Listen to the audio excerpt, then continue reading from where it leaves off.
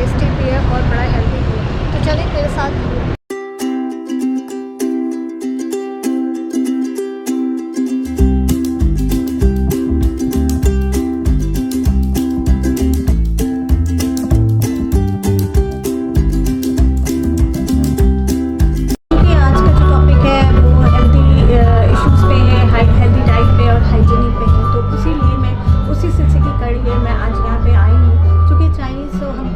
जानते हैं कि एंशिएंट टाइम से ये लोग हर्ब्स और जो मिर्च मसाले और ऑयल्स का कम इस्तेमाल करते हैं। तो हम आज यही देखेंगे कि इस चाइनीज़ रेस्टोरेंट में आने का मकसद ये है कि मैं देखूँगी कि यहाँ पे जो फूड है कितना जो है हेल्थ को बेनिफिट रखे या हेल्थ के जो मेयार को कायम रखते हुए बनाया गया है और बताया गया है और खाने में टेस्ट में कैसा है। और उसके अलावा जो कि हम सब जानते हैं कि चूँकि चाइनीज़ फूड जो होता है कंपेरेटिव दूसरे फूड्स के मुकाबले में हेल्दी होता है। तो हम आज ट्राई करेंगे कि आप बताएंगे कि आज इनका फूड कैसा है और आपका जो है बजट फ्रेंडली भी है। आज का जो मेरा टॉपिक है वो है कि हम जो है अपनी हेल्थ को अपनी फ्रेंडली बजट में रहते हुए अपनी जो हेल्थ के इशूज़ है हेल्थ के रिलेटेड फिटनेस इशूज़ है और सेहत के हवाले से जो भी हमारे इशूज़ हैं उस बारे में डिस्कस करेंगे। और इसके अलावा मैं ये बताऊंगी कि हम अपने खाने में अपनी ग़िज़ा में कौन सी ऐसी चीज़ें इस्तेमाल करें जो हमें डेली डाइट में होनी चाहिए और जो हमारे हेल्थ के लिए बेनिफिट है।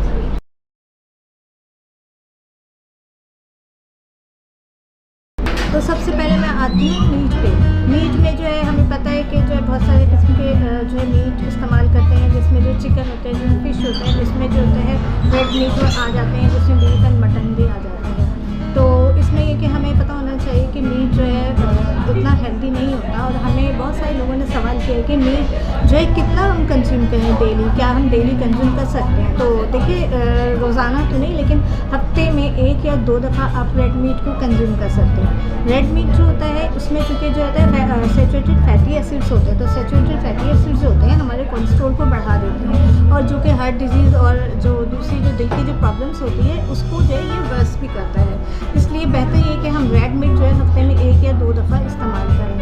और अकॉर्डिंग टू न्यू रिसर्च जो नई रिसर्च आई है 1.8 ऑन्स ऑफ जो रेड मीट होता है वो एक दिन में आप इस्तेमाल कर सकते हैं, इससे ज़्यादा नहीं। इसके अलावा जो है आप चिकन इस्तेमाल करें, चिकन में फ़िश इस्तेमाल कर सकते हैं।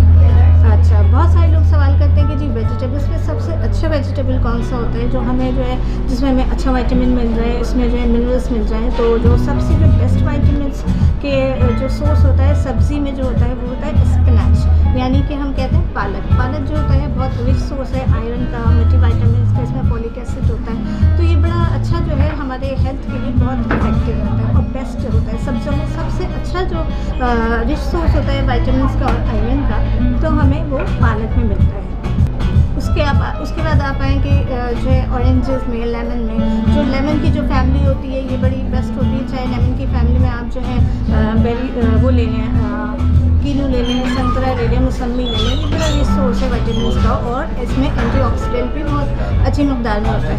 तो सब्ज़ी है, गोश्त है, उसके अलावा आप जो है वॉलनट्स ले लें। जो वॉलनट्स होता है इसमें बहुत ज़्यादा अच्छी मकदार में जो होता है एंटीऑक्सीडेंट होता है। नेक्स्ट आता है बीटरूट। बीटरूट जो होता है बहुत कम लोग जानते हैं कि बीटरूट जो है हमारे सेहत के लिए कितना इफेक्टिव है। ये आप डेली अपने सैलेड के में इस्तेमाल कर सकते हैं। बहुत सारे लोग जो होते हैं सैलेड लेते हैं लेकिन बीटरूट नहीं लेते। तो लेकिन मैं आपको ये बताना चाहूँगी कि बीटरूट जो होता है बहुत ज़्यादा आपके हेल्थ के लिए बेनिफिट है। इसमें जो होता है बहुत अच्छी मकदार में जो होता है ये इसमें जो होता है आयरन होता है, इसमें फॉलिक एसिड होता है, इसमें विटामिन सी होता है।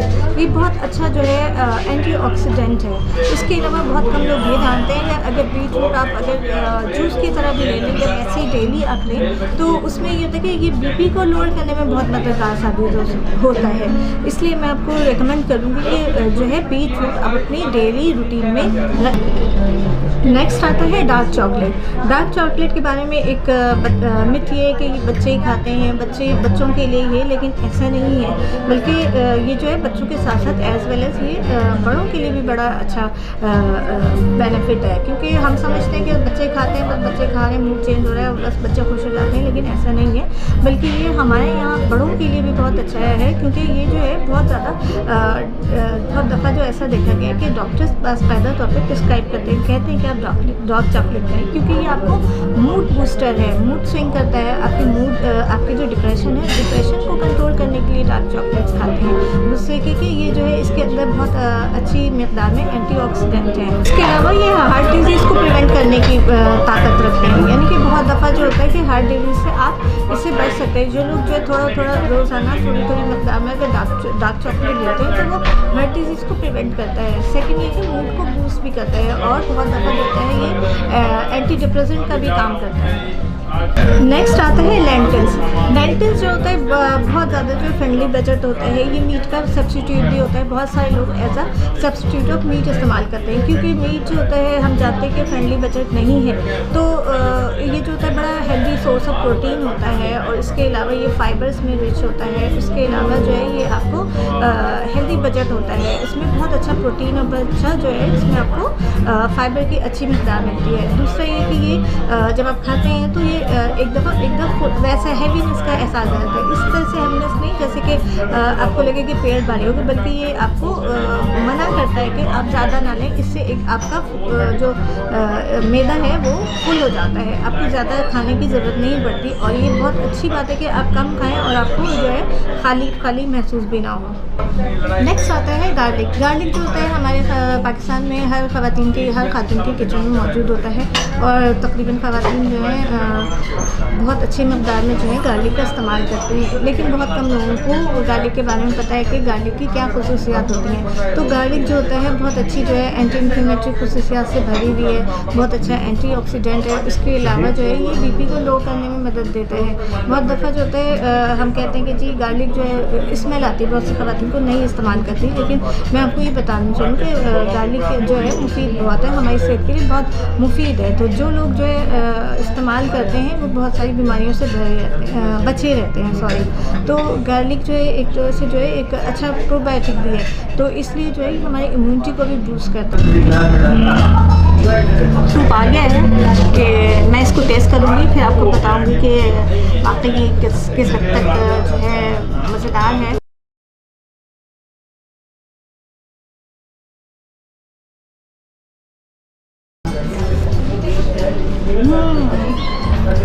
सुपर मैं आपको हाईली रिकमेंड करूँगी कि बहुत बहुत टेस्टी है और बहुत मैं रिकमेंड करूँगी कि आप ज़रूर आइए, बहुत अच्छा ट्राई करें और यकीनन आपको बहुत मज़ा आएगा, बहुत इंजॉय करें, बहुत टेस्टी है जी। ये मिक्स चाउमिन है, इसमें जो है बीफ भी है, चिकन भी है और प्रॉन भी है।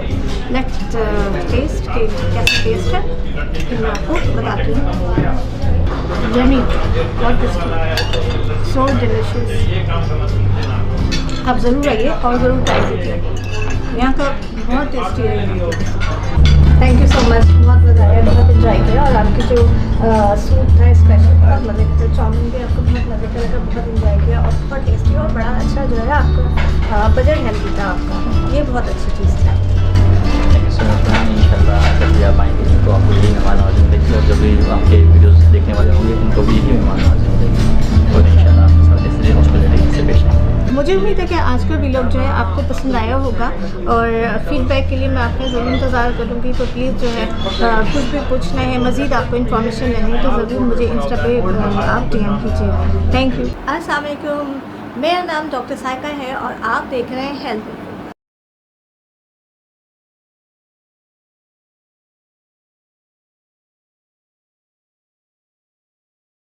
तो आज की जो मेरी वीडियो है वो बड़ी इंफॉर्मेटिव होने वाली है। बहुत सारी चीज़ें हैं, बहुत सारी बातें हैं जो मुझे आपसे करनी है, जो आप लोग मेरी फैमिली हैं और जो है कुछ ऐसी बातें हैं जो आप लोगों की रोज़मर्रा लाइफ से है, जो हमारी जो रोज़मर्रा लाइफ में जो रूटीन है, जो अप एंड डाउन है, जो काम है, जो काम के संग जो परेशानियाँ हैं, जो बातें हैं, वो वाली बातें हैं, वो सारी डिस्कशन में लेकर आएंगे। और इसके अलावा बहुत सारी बातें जो कि जो है मुझे इंस्टा पे बहुत सारी जो है आप सारे जो बहन भाई उन्होंने मुझे DM किया है और मुझे बताया है कि भी जो है कुछ बातें ऐसी हैं जिन पे हमें आपको जो है रोशनी डालनी है, कुछ बताना है, कुछ डिस्कस करना है। तो उन्हीं सारी चीज़ों के बारे में जो है इंफॉर्मेशन देनी है, डिस्कशन देनी है। तो मेरे साथ जो है पूरा जो है ये आप एक जुड़े रहिए, मेरे साथ पूरा ज्वाइन कीजिए मुझे और जो है जो बात है, जो बात इस सवाल के इस हमारे जो वीडियो के ज़रिए जो राइज़ हो रहा है उस बारे में भी हम डिस्कस करेंगे। और अगर आप चाहेंगे तो फिर आपको मैं डायरेक्ट भी जो है आपकी क्वेश्चन आंसर का सेशन आपसे डायरेक्ट करूँगी। उसके अलावा ये कि बहुत सारे जो लोग हैं, जो ख़वातीन हैं, जो बच्चियाँ हैं, उन्होंने भी जो है मुझे बहुत सारी जो है मैसेजेस ऐसे भेजे हैं कि जो है हम जो है अभी रमज़ान चूँकि आने वाला है तो रमज़ान के सिलसिले में जो है परेशानियाँ बढ़ गई हैं कि क्या करें रमज़ान में, क्या ऐसा करें कि रमज़ान में हमें थकावट भी कम हो, हम काम भी बहुत अच्छे से कर सकें, हमारी एनर्जी भी जो है वो भी रिटेन रहे और हमारे जो है हमारे टाइम जो है बिल्कुल बचा रहे। और हम जो है चूँकि रमज़ान में जो होता है काम बढ़ जाता है, बर्डन नाइस हो जाती हैं ख़वातीन, मर्द हज़रात भी बर्डनाइज हो जाते हैं क्योंकि तरावी भी अलग से जो है एक अलग से जो है ये इबादत का एक पोर्शन जो है आपके जो पूरा मन जो है ये चल रहा होता है। तो रात की नींद डिस्टर्ब हो जाती है, सुबह के अलग से रूटीन सुबह का हो जाता है क्योंकि सहरी में उठना होता है, सहरी में भी 1-1.5 घंटे पहले से उठ के तैयारियाँ करनी पड़ती हैं। तो नींद का इशू आता है, नींद से जो है ख़वातीन के अंदर जो है दूसरे हेल्थ इशूज़ आ जाते हैं, नींद नहीं पूरी हो रही है तो जी जो है पिंपल्स आ रहे हैं, एक्नी आ रही है और मसाले वगैरह मिर्च मसाला ज़्यादा इस्तेमाल कर रहे हैं तो तेज़ाबियत का मसला आ रहा है। तो पिंपल्स की वजह से जो है बहुत सारी जो यंग लड़के हैं जिनकी शादियों में जो है अभी चंद दिन रह गए तो वो अलग परेशान है कि भाई पिंपल्स का क्या करें और उसके अलावा तेज़ाबियत का क्या करें। तो और जो हेल्थ इश्यूज़ हैं रमज़ान के बाद से जितने हेल्थ इश्यूज़ आ रहे हैं तो उन हेल्थ इश्यूज़ पे डिस्कस करेंगे। उसके अलावा जो है कुछ बातें और भी हैं जो कि जो है आप लोगों ने मुझसे पूछी हैं तो उन सवालों का भी जवाब देंगे। तो ऐसी ही बातें हैं कुछ जो हम अभी अपने व्लॉग में डिस्कस करेंगे।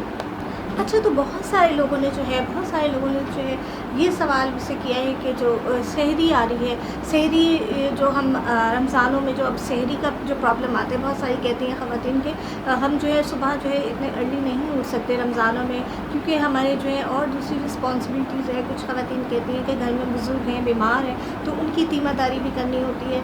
तो सहरी को हम क्या ऐसा करें कि हमारी जो है सहरी में क्या चीज़ ऐसी लें चूँकि हमारी जो एनर्जी है वो रिटेन रहे और हमें जो इतनी थर्स्टी और हम जो इतने गिरे रमज़ानों में लगते हैं तो वो जो है एनर्जी हमारी रिटेन रहे और हम इतना जो है अपने आप को जो है थकावट ना फील करें। सहरी के हवाले से जो है सबसे जो इम्पॉर्टेंट बात है जो मैं आपसे कहूँगी, बहुत सारे लोग जो हैं सहरी को इतना इम्पॉर्टेंट नहीं मानते। बहुत सारे बच्चे जो कॉलेज और यूनिवर्सिटी के होते हैं ख़ास तौर पर उनके लिए जो है मेरा मैसेज है कि सहरी को कभी भी मिस ना करें कि जिस तरह से नाश्ते को ना मिस किया जाए, ये मैसेज होता है हमेशा हम डॉक्टर्स की तरफ से। तो इसी तरह जो है सहरी के लिए भी बहुत ज़्यादा ज़रूरी है कि आप जो बच्चे हैं, जो यंगर्स हैं, यंग जनरेशन है और ख़वातीन स्पेशली वो सहरी को बिल्कुल भी ना मिस करें क्योंकि सहरी जो होता है वो जो है जितना आप अच्छा सहरी लेंगी, प्रॉपर लेंगी, उतनी आप एनर्जेटिक रहेंगी, उतनी आप जो है पूरी तरह जो है अपने पूरा दिन आपका जो है प्रॉपर गुजरेगा। तो जो सहरी है उसको कभी भी मिस ना करें क्योंकि सहरी से जो एनर्जी आपको उस टाइम पे मिल जाती है सहरी के टाइम पे तो वही आपकी एनर्जी जो है पूरा दिन जो है रिटेन रहती है। तो जो सहरी में जो है आपने जो है एक तो ये हो गया कि सहरी नहीं मिस करनी है। दूसरा ये कि सहरी में जो है बहुत ज़्यादा जो है नमकीन जो चीज़ें होती हैं वो वाली चीज़ें जो है आपने कम इस्तेमाल करनी है। जैसे कि आप फ्राइज़ ले लें या नमक वाला और नमकीन जो जैसे लोग सालन बहुत ज़्यादा नमक और मसाले वाला सालन ले लेते हैं तो उस तरह की चीज़ें जो है सहरी में नहीं लेनी है। बहुत ज़्यादा सॉल्टेड चीज़ें जो है सहरी में नहीं लेनी है क्योंकि जो सॉल्टेड चीज़ें होती हैं ये आपके जो सोडियम लेवल्स होता है, बॉडी के जो सोडियम लेवल होता है उसको इम्बैलेंस करता है। जब सोडियम लेवल इम्बैलेंस होते हैं तो फिर आप जो है आप प्यासे अपने आप को फ़ील करते हैं, आप थका हुआ फ़ील करते हैं, थर्स्टी महसूस करते हैं। जब आप प्यासे महसूस करते हैं तो आपका जो बॉडी के अंदर जो वाटर का जो सीक्वेंस है, वाटर की जो बैलेंस है, जो बॉडी के अंदर जो वाटर कंटेंट है वो भी जो है आपका इतना प्रॉपर नहीं रहता जिसकी वजह से आप जो है थके हुए महसूस करते हैं, आप डिहाइड्रेटेड हो जाते हैं, आप डिहाइड्रेशन का शिकार हो जाते हैं। तो सहरी में आपने जो है ये इस चीज़ का ज़रूर ख्याल करना है। उसके अलावा जो है सहरी में आपने जो है नट्स ले लें, बड़े अच्छे से नट्स ले लें, साथ में हनी ले लें, मिल्क ले लें। मिल्क के साथ जो है कुछ भी आप साथ में अगर थोड़ा सा जो बनाना डाल के शेक ले लें तो बनाना शेक आप इस्तेमाल कर सकते हैं। आप कोशिश करें कि अचार, मिर्च मसाले, मुरब्बे और इस तरह की जो चीज़ें होती हैं इनसे अवॉइड करें। उसके अलावा जो होती है प्रोसेस जो ड्रिंक्स होती है जो कि यंगस्टर्स में बहुत कॉमन है, जैसे बाज़ार से जो है आपने जो भी कोई भी ड्रिंक मिल रही है जो पैक टिन है, टिन में ड्रिंक्स है, तो उस तरह की जो ड्रिंक्स हैं उस तरह की ड्रिंक्स से आप अवॉइड करिए। क्योंकि जो चाय, कॉफ़ी और जो इस तरह की चीज़ें जो बहुत ज़्यादा लोग जो है कहते हैं कि जी हमने तो चाय पीना है, शहरी के बाद हमें चाय बड़ी ज़रूरी है, बहुत तलब होती है, जिन लोगों को आदत होती है चाय की, तो वो लोग भी जो है चाय के बगैर नहीं रहते। लेकिन ऐसा नहीं करें और कुछ अब वो चीज़ नहीं जो आपको जो है एनर्जी दे। तो चाय जो होगी ये कैफिनेटेड ड्रिंक्स होंगी, ये प्रोसेस जो ड्रिंक्स होते हैं, इससे जो होता है आप रेस्टलेस रहेंगे आपकी।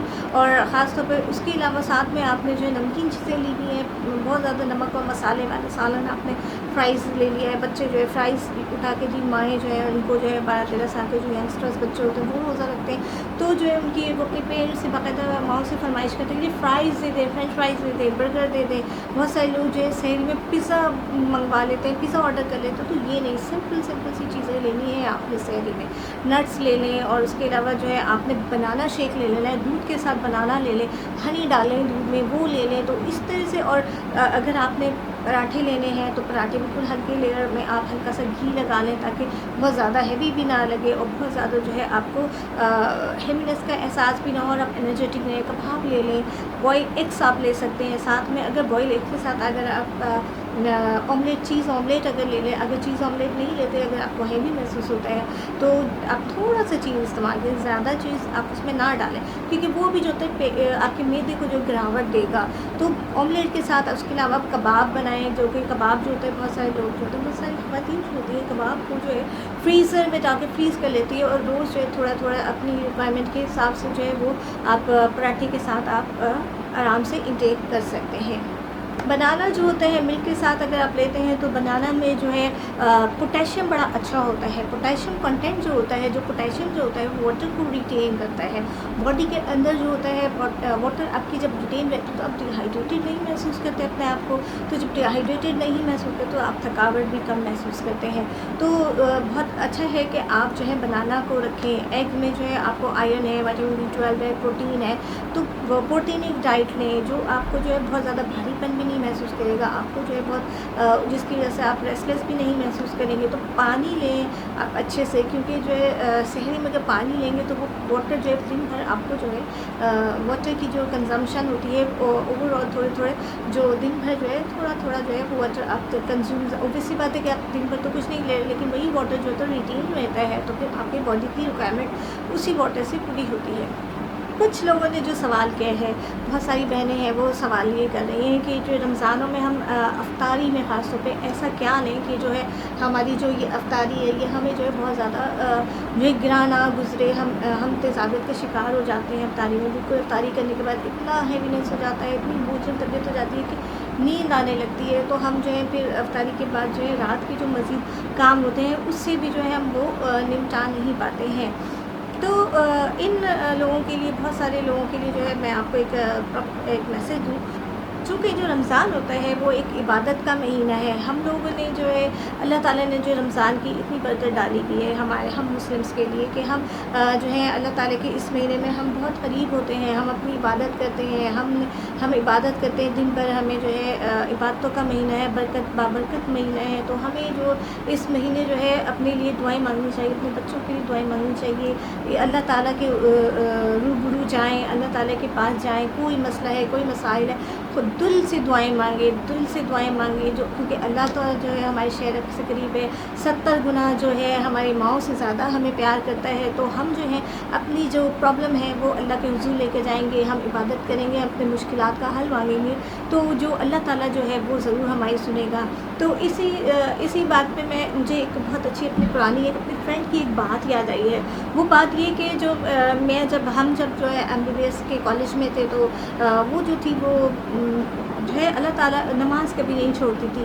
हालांकि जो है नमाज़ जो है हमारे दीन का सतून है, हमें वैसे भी नमाज़ नहीं छोड़नी चाहिए, लेकिन फिर भी जो है बहुत सारे लोग जो है सुस्ती करते हैं। तो उससे मैंने ये बात सीखी। अब माशाल्लाह अल्लाह का शुक्र है कि मैं भी जो हूँ नमाज़ की बहुत पाबंदी करती हूँ। तो ये मैसेज तो आप लोगों के लिए भी है कि आप लोग भी जो नमाज़ की पाबंदी करें। अच्छा खैर, हम अपने टॉपिक्स की तरफ आते हैं कि फिर क्या हुआ। भी जो मेरी जो फ्रेंड थी वो क्यों नमाज़ इतनी ज़्यादा पढ़ती थी, वो भी कहती थी अल्लाह ताला चूँकि जो है हमसे बहुत प्यार करता है, हमें इल्म है और इस पे जो है आपको पूरा यकीन होना चाहिए। जब हम जो है वो ये कहती थी, मेरी जो फ्रेंड थी वो ये कहती थी मैं अल्लाह ताला के पीछे लग जाती हूँ। अल्लाह ताला के पीछे लगने से ये होता है कि वो कहती है कि जो है हमें मिल जाता है। जब हम देखिए हम आम हमारा एक्सपीरियंस है, जब आप ऑफिस में काम करते हैं, कोई बॉस है, किसी कोई बात मनवानी है, कुछ कहना है, कोई बात है, तो आप अपने बॉस के पीछे भी लग जाते हैं। बच्चे अपने माँ बाप के पीछे लग जाते हैं कि जी जो है पापा हमें ये चीज़ चाहिए, पापा हमें ये चीज़ चाहिए, माँ से फरमाइशें करते हैं, पीछे लग जाते हैं। तो पेरेंट्स होते कहते हैं हाँ भी दे दो, प्यार है, मोहब्बत है, वही अल्लाह ताला का प्यार है। जब आप अपने दिल से अपनी रूबरू जाएंगे अल्लाह ताला के, तो वो आपको जो है वही कुछ देगा जो आप मांग रहे हैं उनसे, जिसके लिए आपने जस्तजू की हुई है। तो जब हम अपने माँ बाप से, अपने बॉस से जब इतना हम उनके साथ गिड़गिड़ा सकते हैं, उनके पीछे जो है हम जा सकते हैं कि भाई हमें चाहिए, हमें ऐसा प्लीज़ हमें नमाज दें, तो अल्लाह क्यों नहीं नवाजेगा? अल्लाह तो आपके शहर के करीब है, तो वो भी जो है वो भी आपको नवाजेगा।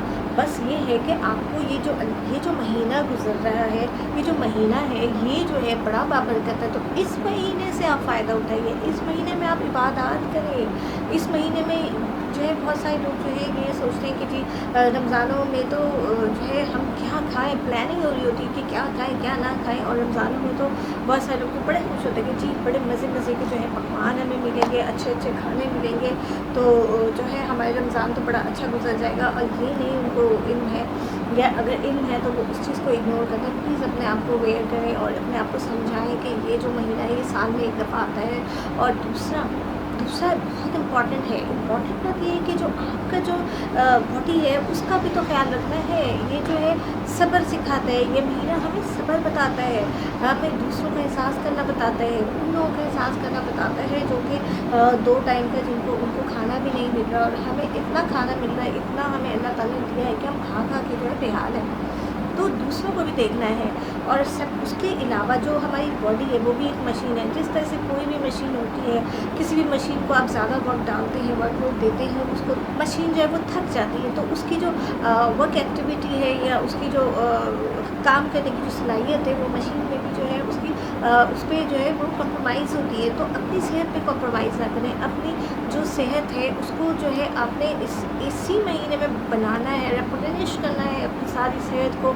क्योंकि हमारे जो आंतों का सिस्टम है, हमारी बॉडी का इंजाम का सिस्टम है, हमारी मैदा है, इन सबको जो है कुछ ना कुछ रेस्ट चाहिए होता है, जिस तरह से मशीन को रेस्ट चाहिए होता है। तो अगर आप अपनी मशीन की जो है हिफाजत करेंगे, इसका ख्याल रखेंगे, तो फिर वो से वो तरोताज़ा हो जाएगी। पूरे साल जो है हम खाना पीना लगे रहते हैं, लेकिन इस महीने जो है ये महीना जो है आप अपने लिए निकालें। ये सोच के ना निकालें हम भूखे रहेंगे, हमें खाने पीने में प्रॉब्लम हो जाएगी, हम दूसरे काम कैसे निपटाएंगे। तो नहीं, सेहत भी तो बहुत ज़रूरी है। तो अपनी सेहत के खातिर ही सही इस रोज़े को अवेल करें, इस रमज़ान को अवेल करें। ऐसा नहीं करें कि जी जो खा पी के सो गए।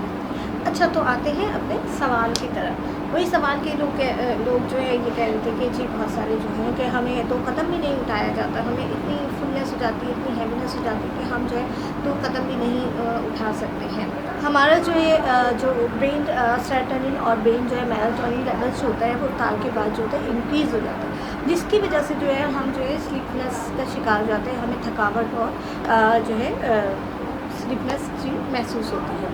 उसके अलावा एक थ्योरी और है, वो थ्योरी ये कि जो है हम लोग का जो है जो अफ्तार के बाद जो होता है हमारी जो डाइजेस्टिव सिस्टम होता है, हमारा जो निज़ाम होता है, उसके ऊपर जो वर्कलोड बहुत बढ़ जाता है, जिसकी वजह से जितना ब्लड फ्लो होता है वो हमारे डाइजेस्टिव सिस्टम की तरफ जाता है। और जब उधर ब्लड फ्लो जब हमारा उधर जाता है तो जो ब्रेन की तरफ जो वर्कलोड होता है, जो ब्रेन जो ब्लड जो ब्रेन की तरफ जो जा रही होती है, तो वो जो ब्लड है वो उस तरफ थोड़ा सा स्लो हो जाता है, थोड़ा कम हो जाता है, जिसकी वजह से जो है हम जो है स्लीपनेस का शिकार हो जाते हैं, हम टायर्डनेस महसूस करते हैं, हम जो है फिर हम जाके बिस्तर पे लेट जाते हैं। देखिए रमज़ान में जो है आपने कुछ भी ऐसा नहीं खाना जो बहुत ज़्यादा जो है पकोड़े वाला हो, बैलेंस डाइट लेना है।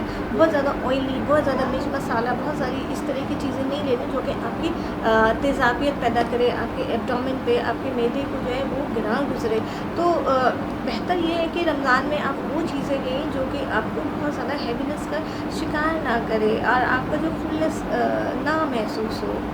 अच्छा, तो रमज़ान में जो है जो अफ्तारी करने जब आप बैठे तो सबसे ज़्यादा ज़रूरी है कि ऐसी चीज़ लें जो कि आपके मैदे को तो ऑब्वियसली कि वो तज़ाबियत और गिरावट ना गुजरे, उसके अलावा वो चीज़ लें जिसमें आपको एनर्जी, जिसमें आपको कैलोरीज मिले, जो दिन भर जो आपने जो है वो फास्टिंग की है, उस फास्टिंग की इफेक्ट की वजह से आपकी जो कैलोरीज है, आपके अंदर जो डिहाइड्रेशन है, वो चीज़ें जो है वो डिहाइड्रेशन ज़्यादा हो गई है, कैलोरीज की जो है आपकी जो है रिक्वायरमेंट है, वो रिक्वायरमेंट आपको वो कैलोरीज की रिक्वायरमेंट पूरी करनी है। तो जिसमें सबसे अच्छा जो होता है वो डेट्स होता है। डेट्स के बारे में मैं आपको बताऊँ कि वो जो है एक ताकत का ख़जाना है, उसमें हर तरह की चीज़ें हैं। जैसे कहें कि भंडार है, भंडार का मतलब ये कि एक बहुत सारे छोटी सी चीज़ में सब कुछ है।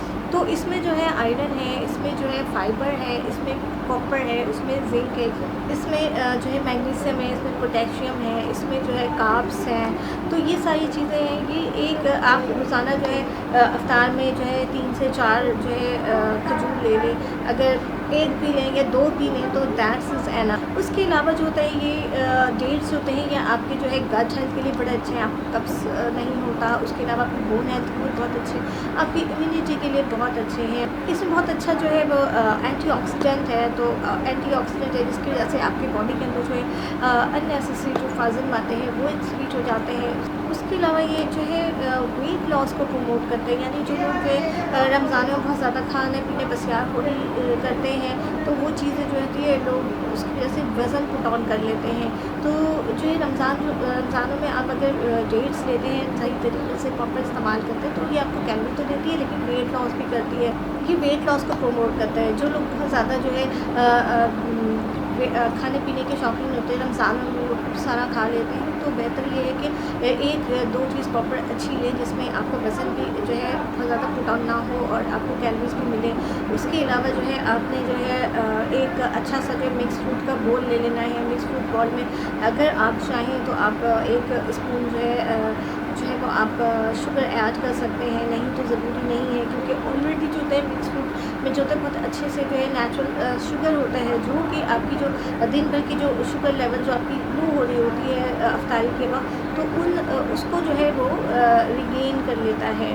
फिर साथ में आप जो है चना ले लें, प्रोटीन ले लें। उसमें जो बड़ा अच्छा जो है चने में प्रोटीन है, और साथ में अगर आपको कुछ और चीज़ें लेनी है, जैसे कि आप एक दही ले लें, दही के साथ आप फुल्कियाँ ले लें, तो दही फुल्कियाँ जो है वो भी जो है एक तरह से जो है प्रोटीन मिल रहा है उसमें। दही जो है बड़ा अच्छा प्रोटीन उसमें मिलती है, उसमें जो है बड़ी प्रोबायोटिक्स भी है, तो आपको इम्यूनिटी भी उसमें गेन हो रही है। तो ये सारी थोड़ी चीज़ें जो है छोटी छोटी क्वान्टिटी में ये चीज़ें लें, और यहाँ तक कि जो है ये सारी चीज़ें एकदम से बहुत ज़्यादा भर के नहीं लें। साथ में आपने जो है पानी का गिलास लेना है, नहीं तो आप शरबत लें, शरबत में कोई भी अच्छा सा शरबत ले लें, उसमें जो है नींबू निचोड़ लें या चिकन क्रीम बना लें, या फिर उसमें जो है रूह अफ़ज़ा ले लें, रूह अफ़ज़ा में नींबू डाल लें। नींबू भी जो है बड़ा आपको जो है प्रोबायोटिक है, नींबू में भी बड़ी अच्छी जो है विटामिन सी मिलेगी। तो ये सारी चीज़ें आप लें, और याद रखें कि बहुत ज़्यादा पेट भर के नहीं खाएँ। उसके बाद जो है उसके बाद कुछ घंटे का आप जो है रेस्ट ले लें। रेस्ट लेने के बाद ये होता है कि आप अपने घर के दूसरे काम निपटा लें, और जो भी आपको अगले दिन की तैयारी करनी है, सहरी की तैयारी करनी है, वो सारी चीज़ें आप करें।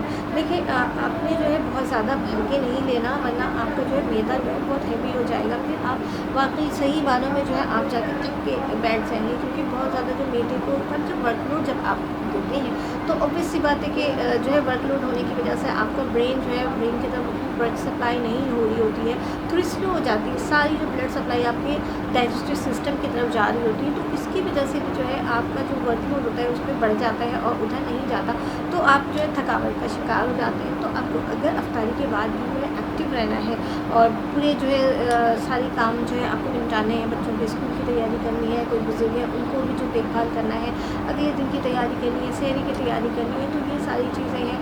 तो ये सारे जो है वर्कलोड ऑब्वियसली आई नो कि जो है फीमेल्स की भी बहुत ज़्यादा बढ़ जाता है, तो ये जो वर्कलोड है आपको इतना बड़ा हुआ महसूस नहीं होगा, और प्रॉपर तरीके से आप अगले दिन की तैयारी कर सकेंगे। उसके बाद जो है रात में आप चाहें तो एक जो है बेहतर ये है कि आप दही ले लें। दही में आप जो है चाहें तो आधी चपाती ले लें, वो आपको मैदे को गला नहीं गुजरेगी, और आपका जो सुबह तक का जो टाइम है वो आप जो है वो आप रिगेन कर लेंगे। आपकी जो वो एनर्जी है वो प्रॉपर रहेगी सहरी तक। उसके बाद आप सहरी करेंगे। इस तरह से जो पूरा साइकिल जो है वो चलता रहेगा। आपने रात में जो है 1 कप अपने जो है नीम गर्म दूध में थोड़ा सा हनी डाल लें, तो ये जो है ये आपको जो है वो बड़ी ताकत और एनर्जी देगा। ये आपकी सेहरी तक के लिए आपको ठीक रहे। याद रखें कि रमज़ान जो होता है साल में 1 दफ़ा आता है, तो अपने जो है अल्लाह ताला के हुज़ूर जाएँ और पकोड़े और समोसे और ये जो जिस तरह की जो पाकिस्तान में जो दबा के लोग जो है खूब सारा जो खाते हैं, तो ये खाने में नहीं अपनी एनर्जी वेस्ट करें, इतने ज़्यादा जो है ऑयली और फ्राइज़ चीज़ें पकाने में नहीं अपना वेस्ट करें, बल्कि ये टाइम आप इबादत में लगाइए, अल्लाह ताला के हुज़ूर जाएँ। अपने दिन भर के जो वक्तन फ़वक्तन जो हमें पता नहीं चलता दास्ता जो हमने गलतियाँ की हैं, उन गलतियों की माफ़ी मांगे। और जिन रूठे हुए लोगों को आपने जो है अपनी ज़ात से तकलीफ़ दी है, तो कोशिश करें कि उनसे भी कांटेक्ट करें, उनसे भी जो है ईद से पहले रमज़ानों में या ईद में आपने जो है अपने रूठे हुए लोगों को भी मनाना है। रमज़ान जो होता है साल में 1 दफ़ा आता है, तो अपने जो इस रमज़ान को बामक़सद बनाइए, अल्लाह ताला के हुज़ूर जाइए, अपने प्यारों को मनाइए। जो भी जो है आपके पूरे साल में जो गलतियाँ हुई हैं, जो गुनाह आपसे दांस्ता नादांस्ता सरज़द हुए हैं, तो उन गुनाहों की माफ़ी मांगे, अल्लाह ताला के पास जाएँ और दुआएँ मांगे, दुआएँ खैर मांगे। बरकत का महीना है, अपने लिए, अपने कौम के लिए, अपने मुल्क के लिए, अपने बच्चों के लिए, अपने बुज़ुर्गों के लिए। अच्छा, एक बात और मैं आपको बताऊँ कि बहुत सारे लोग जो होते हैं जिनके घर में जो लोग डायबिटिक होते हैं, जो लोग हाइपरटेंसिव होते हैं, तो वो लोग जो होते हैं वो अपने रमज़ानों में और ईद में स्पेशली जो है वो लोग इतना ज़्यादा खाना पीना शुरू कर देते हैं। कहते हैं चलो जी एक ही दफ़ा तो साल में रमज़ान आता है, तो हम इसमें खाएँ पिएँ खूब इंजॉय करें। तो ऐसा देखें बिल्कुल भी नहीं है। बॉडी भी एक सिस्टम है और एक मशीन है, सिस्टमेटिक तरीके से आपकी बॉडी चल रही होती है। और जो आप जब आप अगर कोई पेशेंट डायबिटिक होता है या कोई हाइपरटेंसिव होता है, तो यकीनन उसके सिस्टम में कुछ ना कुछ डिस्टर्बेंस हो रही होती है, जिसकी वजह से वो डायबिटिक और हाइपरटेंसिव होता है। तो जो एक डिस्टर्ब सिस्टम है जिसको आपने मेडिसिन के ज़रिए कंट्रोल किया हुआ है, आप मेडिसिन टाइम पे खाते हैं, इसमें जो होता है रोज़े भी रखते हैं, तो थोड़ा सा जो है रात में जो है मेडिसिन की रूटीन चेंज हो जाती है, इफ्तारी में रूटीन चेंज हो जाती है, जिसको आपकी बॉडी को एक्सेप्ट करने में थोड़ा टाइम लगता है, एडजस्ट करने में थोड़ा टाइम लगता है। तो लोग जो है रमज़ानों में जी खाना पीना इतना शुरू कर देते हैं कि वो जो आपकी जो मेडिसिन होती है, वो चीज़ें जो होती है मेडिसिन जो होती है उसमें खाने पीने की चीज़ों को जो इतना ऑयली इतना हैवी चीज़ें आप लोग ले रहे होते हैं, तो उसको वो डाइजेस्ट नहीं कर पाती मेडिसिन के से वो चीज़ों को कंट्रोल नहीं कर पाती, जिसकी वजह से अक्सर देखा गया है कि हम तो डॉक्टर्स हैं, हम तो अपने क्लिनिक में देखते हैं कि पेशेंट होते हैं रमज़ानों में या रमज़ानों के बाद ईद में जो होता है खाने पीने में इतने मगन हो जाते हैं कि उनको इन चीज़ों को कंट्रोल ही नहीं कर पाते, जिसकी वजह से उनका जो कोलेस्ट्रॉल लेवल होता है वो चला जाता है, बहुत ज़्यादा हाई हो जाता है, उनका शुगर लेवल जो होता है इतना ज़्यादा हाई हो जाता है कि जो 500-600 तक वो चला जाता है, जिसकी वजह से जो है एक हमारे जो है एक टर्म होती है मेडिकल में जिसको हम कहते हैं डायबिटिक कीटोएसिडोसिस। तो डायबिटिक कीटोएसिडोसिस जो होता है, जिसमें जो होता है पेशेंट की इतनी ज़्यादा जो है शुगर हाई लेवल पे चली जाती है कि पेशेंट उसकी वजह से आईसीयू में भी चला जाता है। तो आईसीयू में जाता है तो ऑब्वियस सी बात है कि फिर उसकी लाइफ जो होती है वो डेंजर में चली जाती है। डायबिटिक कीटोएसिड जो होता है बड़ी एमरजेंसी होती है, मेडिकल एमरजेंसी होती है। तो इस तरह की चीज़ों को बहुत ज़्यादा अवॉइड करें, क्योंकि इससे जो आप खुद भी परेशान है, आपके बच्चे भी परेशान है, आपकी फैमिली भी परेशान है। एक और चीज़ देखी गई है जिसमें जो है अगर आप जो है रमज़ान में बहुत ज़्यादा बदपरहेज़ी कर लेते हैं, जो डायबिटिक पेशेंट होते हैं, हाइपरटेंसिव पेशेंट होते हैं, तो ये जो हाइपरटेंसिव पेशेंट होते हैं वो इतनी ज़्यादा बदपरहेज़ी करते हैं, ऑयली और सॉल्टी चीज़ें जो हैं वो ज़्यादा खाने लगते हैं, जिसकी वजह से जो होता है उनका जो कोलेस्ट्रॉल लेवल है वो बहुत हाई हो जाता है। उनकी जो है ब्लड प्रेशर जो होता है, नमकीन चीज़ें खा रहे होते हैं, तो जो है ये जितना जो उनका जो वज़न है, जो डॉक्टर ने एक टारगेटेड वज़न उनको कहा हुआ है कि इतना वज़न उन्होंने लेके चलना है, इसी वज़न पे रहना, बहुत ज़्यादा पुट ऑन नहीं करना। तो इसकी वजह से जो होती है आपको जो है ब्लड प्रेशर हाई हो जाता है। ब्लड प्रेशर भी इतना ज़्यादा हाई हो जाता है कि आपको हार्ट अटैक के खदशात लाक हो जाते हैं, कहीं भी जो है आपको किसी वजह से भी जो है स्ट्रोक हो सकता है, जिसमें भी जो पेशेंट जो होता है वो दिल का दौरा भी पड़ सकता है और फिर मरीज़ जो है फालिज का शिकार होकर फिर हॉस्पिटलाइज हो जाता है। इसके अलावा एक मसला और होता है जो कि रमज़ानों में बड़ा ज़्यादा जो है तेज़ी से जाता है, बहुत पीक पे जा रहा होता है। जो लोग जो होते हैं बहुत ज़्यादा जो है खाने पीने के शौकीन होते हैं, वो उससे भी ज़्यादा जो है रमज़ानों में खाते पीते रहते हैं, जिसकी वजह से वो वेट तो पुट ऑन करते ही है। वेट पुट ऑन करने के साथ साथ जो है वो अपना जो है तेज़ाबियत का जो लेवल होता है, जो कि किसी किसी को कभी कभी हो जाता है, लेकिन वो पूरे रमज़ान रोज़ाना रेगुलर बेस पे वो रहता है, जिसकी वजह से बड़ी जो है उनकी हेल्थ के इश्यूज़ आते हैं। बहुत ज़्यादा लोग जो है कभी कभी एच पायलोरी के शिकार हो जाते हैं। एच पायलोरी जो है वो भी एक जो है अल्सर पैदा करता है। वो भी जो है आपको तेज़ाबियत और इस तरह की जो जिनकी जो कॉन्स्टेंट जो है इंडाइजेशन का प्रॉब्लम रहता है, जिनको मैदे की प्रॉब्लम रहती है, तो वो लोग उनको भी जो है ये एच पायलोरी डेवलप हो जाती है। तो इस तरह की चीज़ों से आपको अवॉइड करना है, क्योंकि जब आप खाने पीने में जो है बदपरहेज़ी करेंगे तो आपको जो कांस्टेंट जो है आप किसी कोई भी काम जो है आप प्रॉपर अपना सरंजाम नहीं दे सकेंगे, जिसकी वजह से जो है ना आपका घर के काम में दिल लगेगा, ना बाहर के काम में दिल लगेगा, और ना आप बच्चों को देख सकेंगे, ना आप ऑफिस में कोई वर्क कर सकेंगे, और आपकी जो है जो आपने जो डाइट का एक प्लान बनाया हुआ है, आप ना सेहरी प्रॉपर कर सकेंगे, ना आप इफ्तारी प्रॉपर कर सकेंगे।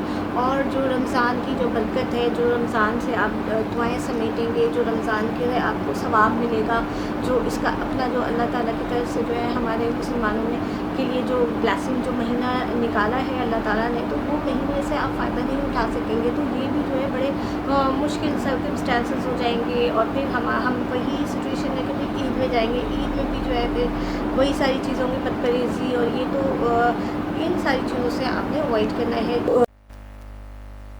मेरी एक पेशेंट है, वो जो है मेरे पास उनकी कॉल आई है और वो बहुत ज़्यादा परेशान है। तो वो कह रही है कि जी एक जो है गिल्टी है मेरी जो बॉडी पे नमदार हुई है, और वो जो है बड़ी तेज़ी से बढ़ रही है। तो है देखिए, प्लीज़ इससे जो है आपने घबराना नहीं है, अपनी सेल्फ एग्जामिनेशन करनी है। सेल्फ एग्जामिनेशन में आप अपने वॉशरूम में जब आप जो है बाथ ले रही होती है, उस वक्त जो है आपने जाके अपने आप को देखना है, बॉडी पार्ट को सही से एग्जामिन करना है, पैल्पेट करना है, और देखना है कहीं कोई गिल्टी वगैरह तो नहीं नमदार हो रही है। तो फिर आपने शर्माना और घबराना नहीं है। कोई भी आपकी फैमिली है, कोई बुज़ुर्ग हैं, या कोई अपने शौहर को एतमाद में लेके उनको बताएं, बजाय इसके कि आप किसी अपनी बीमारी को बड़ा कर दें, और फिर वो जो है बाद में जी वो ब्रेस्ट कैंसर की शक्ल जो है वो इख्तियार कर जाए, और फिर आप शर्म के मारे ही कुछ नहीं बता रही हो। तो प्लीज़ ऐसा नहीं करें, क्योंकि जब ये इस तरह के सिम्टम्स नमदार होती हैं तो बहुत सारी ख़वातीन उनके साथ जो होता है फीवर भी आ रहा होता है, और उसके अलावा जो है साथ में नज़ला बुखार खांसी भी चल रही होती है, तो लोग जो है इग्नोर कर देती हैं। ख़वातीन कहते हैं नहीं ठीक है, बच्चे हैं, स्कूल भेज रही हैं, बुज़ुर्ग हैं, उनकी घर में कोई उनकी खिदमत करनी है, तीमारदारी करनी। याद रखिए कि देखिए कोई भी जो है खातून है, जब उनसे जो है आपका घर मजबूत होता है। आप जो है एक सतून है घर का। जब आप कमज़ोर पड़ेंगी, जब आप बीमार पड़ेंगी, तो आपकी ऑब्वियस सी बात है कि आपकी फैमिली पे, आपके बच्चों पे, आपके शौहर पे, आपके घर पे उसका असर पड़ेगा। तो ये जो है इन सारी चीज़ों को अवॉइड करें। थोड़ा सा अपने लिए सोचें, अपने बारे में सोचें। देखिए ये सेल्फिशनेस बिल्कुल भी नहीं है। बहुत सारी जो है जो ख़वातीन हैं वो ये कहती हैं हमें कि देखिए हम सेल्फिश नहीं हो सकते, हमें पास इतना टाइम नहीं होता, हम इतना टाइम निकालें, अपने आप को निखारें, अपने आप को देखें। तो ये जो है ना हमें ये लगता है कि ये सेल्फिशनेस है। देखिए प्लीज़ ऐसी कोई बात नहीं है, ऐसी कोई सेल्फिशनेस नहीं है।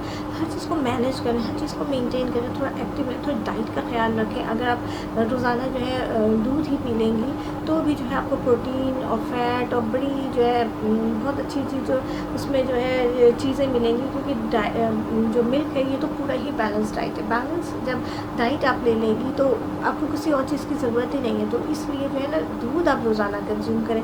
इससे ये होगा कि आपकी सेहत मेंटेन रहेगी। आपकी सेहत मेंटेन रहेगी तो आप हर चीज़ में फिट फाट रहेंगे, सारे काम भी करेंगे। तो ये जो सिम्टम्स है, इम्यूनिटी अच्छी होती है तो दूसरे सिम्टम्स भी नहीं होते। लेकिन बाई फॉरगॉट बिट जो है, अगर आपको जो है कोई इस तरीके की प्रॉब्लम हो रही है, अगर अल्लाह ताला ने ही जो है बीमारी दी है, तो अल्लाह ताला ने इसका इलाज भी जो है आपको कहा है कि आप कराइए।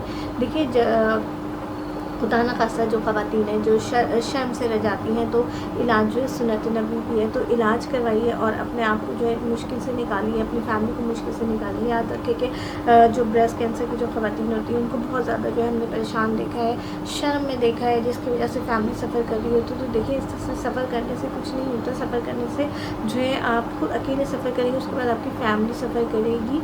तो जो है बहुत दफ़ा ऐसा देखा गया कि जो ब्रेस्ट कैंसर की जो पेशेंट्स होती हैं वो जो होती हैं फर्स्ट स्टेज में, सेकेंड स्टेज में बड़ी अर्ली डायग्नोसिस हो जाती है। तो कैंसर के जो पेशेंट होते हैं उनके लिए फार्मूला ही यही है कि अर्ली डायग्नोसिस, अर्ली ट्रीटमेंट। तो अगर आप अपने आप को इम्पॉर्टेंस देंगी, अपनी सेहत को इम्पॉर्टेंस देंगी, अपनी फ़िटनेस का ख्याल रखेंगे, तो लाजमी है, यकीनन है, ज़रूरी है कि फिर आपने अपने आप को भी ग्रूम करना है, अपने आप को भी देखना है। तो जो फिर आप जो है फिर ये देखेंगे कि इसकी वजह से आपको कितना, आपकी ज़िंदगी में कितना फ़ायदा होता है। तो अपनी डाइट, अपनी सेहत और अपनी जो फिर उसके बाद आपकी फैमिली है, ज़रूर है, फैमिली नो डाउट प्रायोरिटी है, लेकिन आपको अपने लिए भी जो है टाइम निकालना है।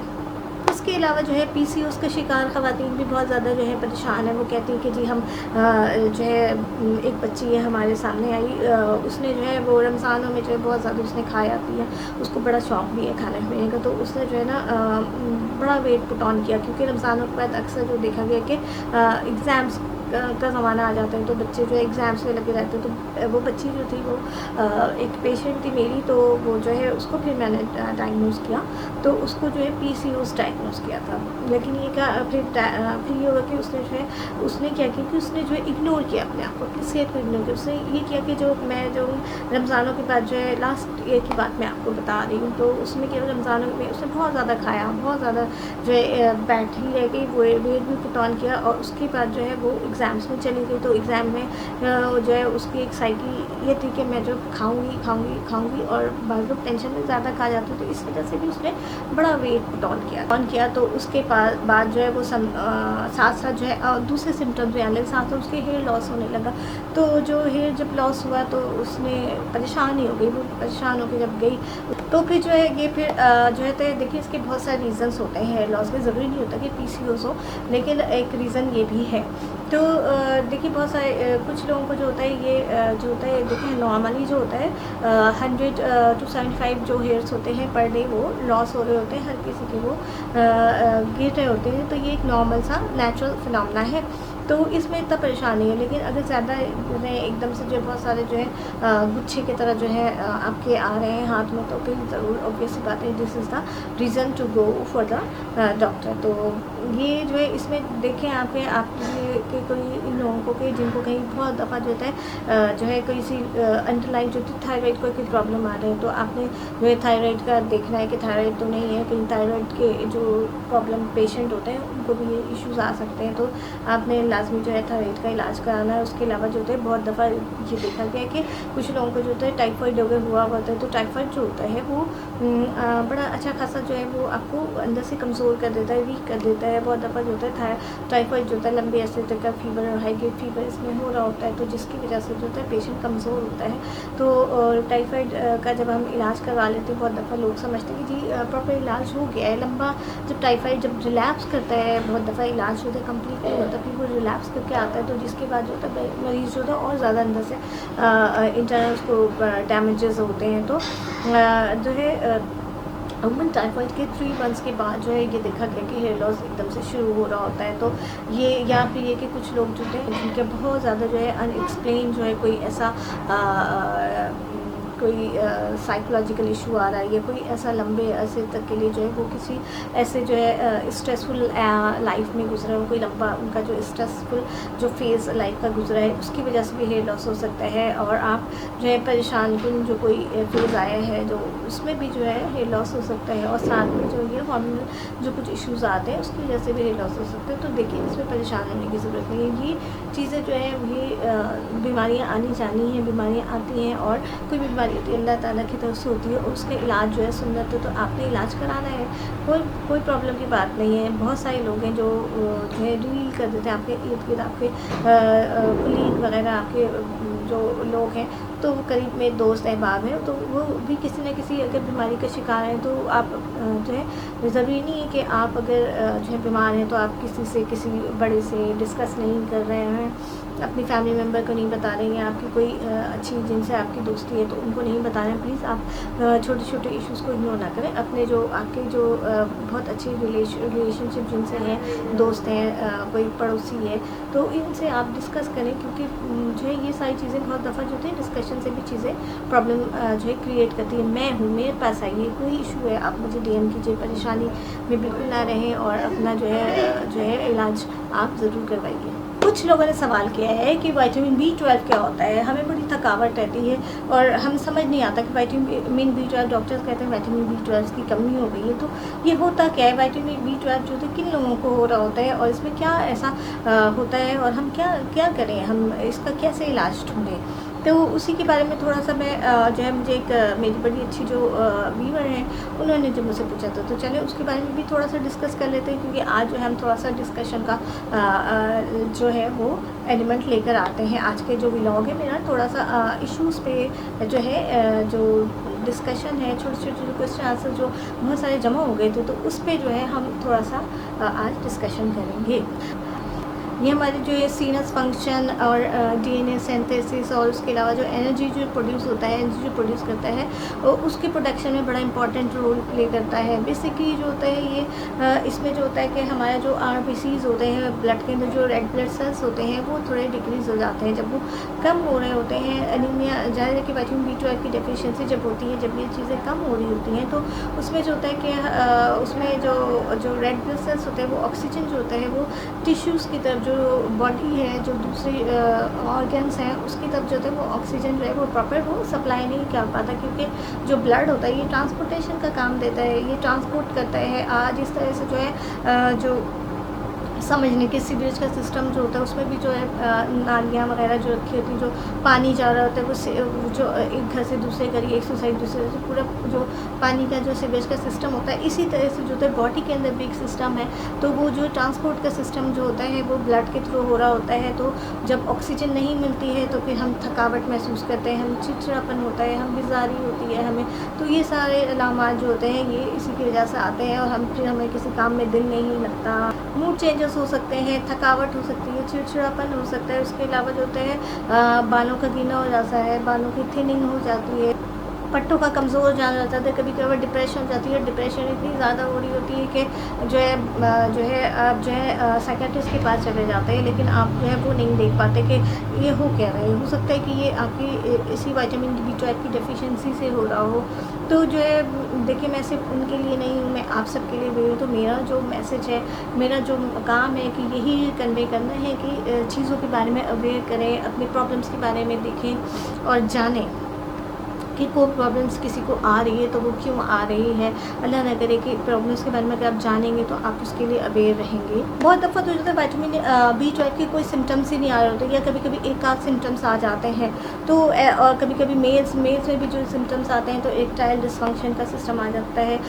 बूढ़ों में जो होता है, नॉर्मल हज़ात में जो अल्जाइमर डिज़ीज़ जो होती बड़ी उसकी वजह से कॉमन हो जाती है। कंसंट्रेशन जो है, आपकी कंसंट्रेशन नहीं रहती, जिसकी वजह से चिड़चिड़ाहट होती है, बच्चों का पढ़ाई में दिल नहीं लगता, बच्चियों का जो है उनका पढ़ाई में दिल नहीं लगता, बड़ों के जो है काम में दिल नहीं लगता, काम नहीं हो पा रहा होता, ऑफिस में का लोड जो होता है वो वैसे ही होता है तो ज़्यादा महसूस होता है। बहुत दफ़ा जो होता है कि आपके पैरों में और उसमें सुइयाँ सी चुभ रही होती हैं, जिसमें जो छोटी छोटी मसल पे सुइयाँ चुभ रही होती हैं, मसल्स क्रैम्प्स आपके ज़्यादा पड़े होते हैं। तो ये सारी चीज़ें होती हैं, तो आपने जो है इन सारी सिम्टम से अवेयर रहना है और फिर इसका जो है हम इलाज फिर जब आप ये अवेयर रहेंगे तभी तो आप जाएंगे डॉक्टर के पास, जभी तो उसका इलाज होगा। चलें तो अपनी गुफ्तगू को आगे बढ़ाते हैं। तो मेरी एक बड़ी अच्छी व्यूअर है, उन्होंने अपने क्वेश्चन मुझसे पूछा है, तो मैं जो उनकी जो आंसर नहीं दे पा रही थी, तो थोड़ा सा बिज़ी चल रही थी। तो हुआ ये कि जो है उन्होंने ये पूछा है कि फाइब्राइड्स होते हैं हमारे जो रसोली होता है, ये क्या बड़ा ख़तरनाक होता है, ये क्या होता है। ये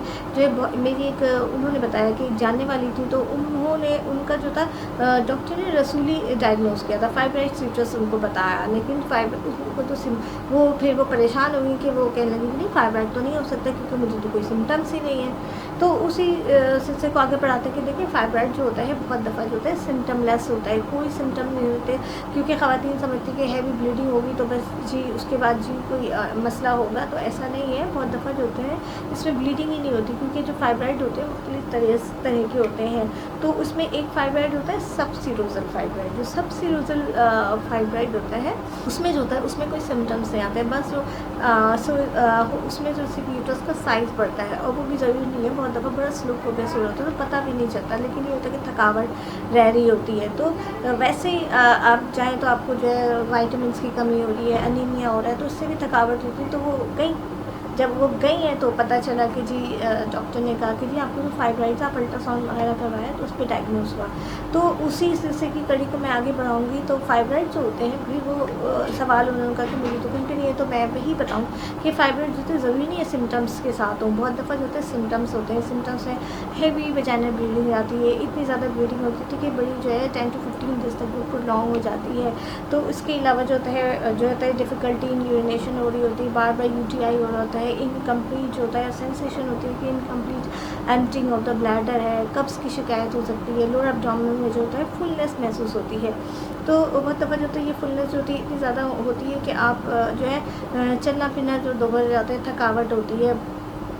तो ये सारी चीज़ें हो रही होती हैं। तो देखिए फिर आप जब जाएंगे तो फिर जी फाइब्राइड जो है फिर वो आपको पता चलता है। तो इसकी जो होता है साइज़ में ये होता है कि बहुत ज़्यादा बिल्कुल छोटा भी हो सकता है, जो कि आपको नज़र भी नहीं आता, बहुत दफ़ा अल्ट्रासाउंड पे भी नहीं दिख रहा होता।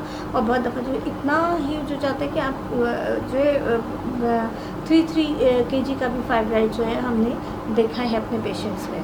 फाइब्राइड जो होता है ये चाइल्ड बेयरिंग एज की ख़वातीन को होता है, यानी कि मीनार्की से लेके मीनोपॉज के एज तक जो है किसी भी एज पे ख़वातीन को हो सकता है। और ये इसका साइज़ का कुछ नहीं पता, बहुत छोटा भी हो सकता है, बहुत हैवी बड़ा साइज़ भी हो सकता है। तो और ये इसके सिम्टम्स भी जो है बहुत दफ़ा बिल्कुल मामूली से होते हैं, बस थकावट है तो और ये कि थोड़ा थोड़ा जो है आपको वीकनेस हो रही है, तो इसकी वजह से भी आप समझते हैं कि बस कोई ऐसा मसला नहीं है, आप डिले कर रहे होते हैं। लेकिन फिर जो होता है फिर आपको जो पता चलता है तो फिर ये एक रसौली के तौर पे आपकी बॉडी में नमदार हो जाता है। तो इसका इलाज क्या है? इलाज में जो होता है मेनली जो होता है मायोमेक्टमी होती है। मायोमेक्टमी बेसिक जो होता है ये मेन जो होता है आपका ये सर्जरी होती है एक, उसमें ये होता है कि यूट्रस को प्रिजर्व किया जाता है और सिर्फ जो है फाइब्राइड ही जो होता है उसको फिर वो बॉडी से वो निकाल देते हैं यूट्रस से उसको। बहुत सारे लोग जो हैं सवाल करते हैं कि जी फाइब्राइड की वजह से जो है क्या वाकई फाइब्राइड जो है प्रेगनेंसी पे इफ़ेक्ट आता है? तो जी हाँ, बिल्कुल। फाइब्राइड जो होता है वो आपकी जो प्रेगनेंसी है, बहुत सारी ख़वातीन को प्रेगनेंसी नहीं होने देता, क्योंकि वो जो फाइब्राइड्स होते हैं वो जो है फैलोपियन जो ट्यूब्स होती हैं उनको ब्लॉक कर देते हैं। बहुत दफ़ा जो होता है अगर प्रेगनेंसी हो भी जाती है तो बच्चा जो होता है वो जो फीटस जो होता है उसको ग्रो करने में डिस्टर्ब करता है, ग्रो नहीं कर पाता, जिसकी वजह से वो अबॉर्शन की तरफ चली जाती हैं। तो चलिए अपने बातों के सिलसिले को बढ़ाते हैं और इस सिलसिले को आगे बढ़ाते हुए थोड़ा सा चलते हैं आगे कि कुछ और बातें हैं जो आपसे डिस्कस करनी है, जिसमें जो है कुछ ऐसे सवालात हैं जो कि बच्चियों के ने जो है पूछे हैं कि गर्मियां हैं तो गर्मियां आ रही हैं तो गर्मियों में जो है हमने क्या ऐसा करना है, हमें यूनिवर्सिटी जाना होता है, हमें कॉलेज जाना होता है, अपने जो है प्रोजेक्ट्स होते हैं। बहुत दफ़ा जो होती है वर्किंग लेडीज़ होती हैं या ऑफिस जा रही होती हैं, गर्मी धूप में जा रही होती है, धूप में आ रही होती हैं, तो इसमें जो होता है स्किन बड़ी टैन हो रही होती है और जो होती है डिहाइड्रेटेड हो रही होती हैं। तो वो क्या ऐसी ड्रिंक्स लें कि स्किन जो है इनकी एक्नी जो है वो बेहतर हो, एक्नी ना हो और एक्नी स्किन जो है वो बड़ी ग्लो रहे, साफ़ सुथरी रहे। तो उनके लिए कुछ ऐसी जो है ड्रिंक्स हैं जो मैं आपको बताऊंगी, जो आपने वो लेनी है, जिसकी वजह से आपकी जो है बड़ी अच्छी जो है स्किन रहेगी, ग्लोई रहेगी। तो सबसे पहले आपने विटामिन सी लेना है। विटामिन सी जो होता है बड़ा सिट्रिक एसिड रिच होता है, इसमें ये बड़ा अच्छा जो है हमारे स्किन के लिए बड़ा ज़बरदस्त है, क्योंकि जो होता है ये हमें पता है कि ये जो विटामिन सी हो जाता है हमारे स्किन के जो कोलेजन होता है, जो कोलेजन एक जो है कनेक्टिव टिश्यू है, बड़ा अच्छा प्रोटीन है जो कि हमारी स्किन के अंदर रहता है, जो कि हमारी स्किन को स्ट्रेंथ देता है, स्किन को शाइन करता है, स्किन को ग्लो करता है। ये जो विटामिन सी है जिसकी वजह से जो होता है हमारी स्किन बड़ी अच्छी रहती है। तो जो लोग जो है विटामिन सी ज़्यादा कंज्यूम करते हैं, जिसमें सबसे आसान और जो चीपेस्ट है वो आप लीमू ले लें। लीमू को शिकंजी की तरह डाल के पानी में डाल के आप ड्रिंक लें और रोज़ाना लें तो ज़्यादा अच्छा है, क्योंकि इससे जो होता है ये हमारे बॉडी के अंदर जो फ्री रेडिकल्स होते हैं उसको जो है डिटॉक्सीफाई करता है, जिसकी वजह से जो फाजिल मादे जो होते हैं हमारी बॉडी के अंदर जमा नहीं होते, जो जिनसे जो होता है एक्नी और पिंपल जो होते हैं बॉडी के अंदर आ रही होते हैं, स्किन पे जो नमदार होती हैं वो भी जो है वो नहीं होती है। तो लेमन जो होता है हमारी स्किन को फर्म करता है, स्किन को शाइन करता है, स्किन को ग्लो इफेक्ट इफेक्ट देता है, तो जिसकी वजह से हमारे जो स्किन है बड़ी खूबसूरत और फर्म और स्ट्रेंथ दिखती है, और हमारे जो डार्क सर्कल्स और डार्क स्पॉट्स जो होते हैं वो स्किन के ऊपर जो नमदार होते हैं, जो एक्ने जो नमदार हो रही होती है, जो स्पॉट्स जो आ रहे होते हैं, उनको जो है ये ख़त्म करता है, क्योंकि जो फ्री रेडिकल्स होते हैं उनको ये डिटॉक्सीफाई कर रहा होता है। तो जो गंदे गंदे जो मादे होते हैं, जो फाजिल मादे, वो निकल जाते हैं, तो हमारी स्किन साफ़ सुथरी रहती है, ग्लो करती है। और इसके अलावा जो होता है पिंपल और जो डार्क सर्कल्स और जो थकी थकी जो स्किन होती है, वो स्किन जो होती है वो साफ़ सुथरी स्किन में तब्दील हो जाती है। उसके बाद आता है पुदीना। पुदीने को जो है आपने थोड़ा सा जोश ले लेना है, थोड़ा पानी में डाल के, और उसके बाद जो है कुछ चंद पत्ते जो है लेके आपने जोश लें। उसके बाद आपने उसमें थोड़ा सा अगर नींबू स्प्रिंकल कर लें, 1-2 ड्रॉप्स, तो वो जो आपकी जो वो नींबू की अपनी खुसूसियात हो जाएंगी। और पुदीना जो होता है वो जो होता है जो जर्म्स कॉजिंग जो बैक्टीरिया होते हैं, वो बैक्टीरिया जो एक्ने और पिंपल्स होते हैं, वो जर्म्स के साथ जो आ रहे होते हैं, तो उसकी जो इफ़ेक्ट्स को मिनिमाइज़ करता है। फिर हमारी स्किन को, उसके बाद हमारी स्किन ग्लो करता है, खूबसूरत बनाता है, और एक्ने से जो है एक्ने फ्री हमारी स्किन हो जाती है। हमारा टॉपिक है वो रमज़ान के हवाले से है। तो रमज़ान के जो जितने इश्यूज़ हैं हम जो है उन्हीं को डिस्कशन पे लेकर आएंगे। तो अब जो एक और सवाल जो मेरी एक बहुत ही अच्छी सी व्यूअर ने किया है मुझसे, वो ये कह रही हैं कि जी रमज़ानों में हमें जो है ना UTI का बड़ा प्रॉब्लम हो जाता है, जो यूरिनरी ट्रैक्ट इन्फेक्शन है, जो प्रॉब्लम होती है, हमारे जो बहुत लोअर एब्डोमेन पेन रहता है, ये सारी चीज़ें हमें होती हैं। तो उस सिलसिले में थोड़ी सी आप हमारी रहनुमाई करिए। तो देखिए रमज़ानों में नो डाउट कि बहुत सारे इश्यूज़ आ रहे होते हैं। आपकी जो जितने भी इश्यूज़ आते हैं, बहुत कॉमन इश्यूज़ उसमें एक यूरिनरी ट्रैक्ट इन्फेक्शन का है, क्योंकि देखिए हम बाकायदा तौर पे जो है हमें नमाज में बहुत ज़्यादा जो है तहारत की ज़रूरत होती है। तो हम जो है रमज़ानों में जो इबादत है, ये सारी जो इबादत है, हम ये जो है आम दिनों की निस्बत हम ज़्यादा करते हैं। तो ऐसा होता है कि हम लोग जो है जब इबादत करते हैं तो हमें जो है चाहिए होता है कि हम ज़रूरी है हमारे लिए कि हम सफाई सुथराई का ख्याल रखें, क्योंकि हमारी जो महीना है हमारा रमज़ान का, तो इसमें जो होता है हम लोग इबादत में ज़्यादा चाहते हैं कि हम ज़्यादा टाइम गुजारें। तो इसलिए ख़वातीन और बच्चे और मर्द हज़रात, बच्चों को तो खैर ये इतना कॉमन नहीं है, लेकिन बच्चों में भी जो है UTI कॉमन होता है। तो जो ये इसलिए हमें जो है जब हम लोग बहुत कंसर्न होते हैं इस महीने के लिए, तो इसलिए हमें ज़्यादा फिक्र होती है कि हम साफ़ सुथरे रहें, तहारत हो हमारी। तो इसी सिलसिले में जो है ये होता है कि जब बहुत ज़्यादा जब रमज़ानों में यूरिन होल्ड कर लेते हैं, या फिर ऑफिस में, या जो ख़वातीन होती हैं, जब मर्द हज़रात होते हैं वो यूरिन होल्ड करते हैं, या फिर जो पब्लिक टॉयलेट्स होते हैं जहाँ पे आप जो है यूज़ करते हैं वॉशरूम वगैरह, तो वो सब जो होते हैं गंदे होते हैं, इतने जो हाइजेनिक नहीं होते, इतना सफाई सुथराई का उसमें ख्याल नहीं किया जाता एज़ कम्पेयर टू आप अपने घर में जो है इन चीज़ों का ख्याल रखें। तो जिसकी वजह से रमज़ानों में UTI बड़ा कॉमन हो जाता है। तो इसके लिए जो है हमें जो है क्या एहतियात करनी चाहिए, क्या चीज़ें करनी चाहिए, तो मैं इसी से बताऊंगी कि UTI जो है होता क्या है दरअसल। तो UTI जो होता है ये एक यूरिनरी ट्रैक्ट इन्फेक्शन होता है, जो कि कुछ ऐसे किस्म के जो बैक्टीरियाज होते हैं जो हमारे जो रेक्टम के थ्रू, हमारे लोअर जो पार्ट है बॉडी का, जो एनस है, एनल कैनाल है, या रेक्टम है, या फिर हमारे यूथ्रा के थ्रू जो है ये सारी जो बैक्टीरियाज है, ये हमारे यहाँ से जो आप ऊपर की तरफ जाते हैं, असेंडिंग ऊपर की तरफ जब जाते हैं तो हमारी किडनी को प्रॉब्लम करते हैं, हमारी यूरिनरी ट्रैक्ट को प्रॉब्लम करते हैं, हमारे ब्लैडर को प्रॉब्लम करते हैं, हमारी जो यूरिथ्रा है उधर जो है बड़ा पेन होता है। तो ये UTI के सिम्टम्स होते हैं। कभी कभी जो होता है इसमें फीवर भी आ जाता है। जो याद रखें, जब फीवर आता है तो फीवर का मतलब ये है कि कहीं ना कहीं जो है ये जो इन्फेक्शन है आपके गुर्दे को भी इफ़ेक्ट कर रहा है।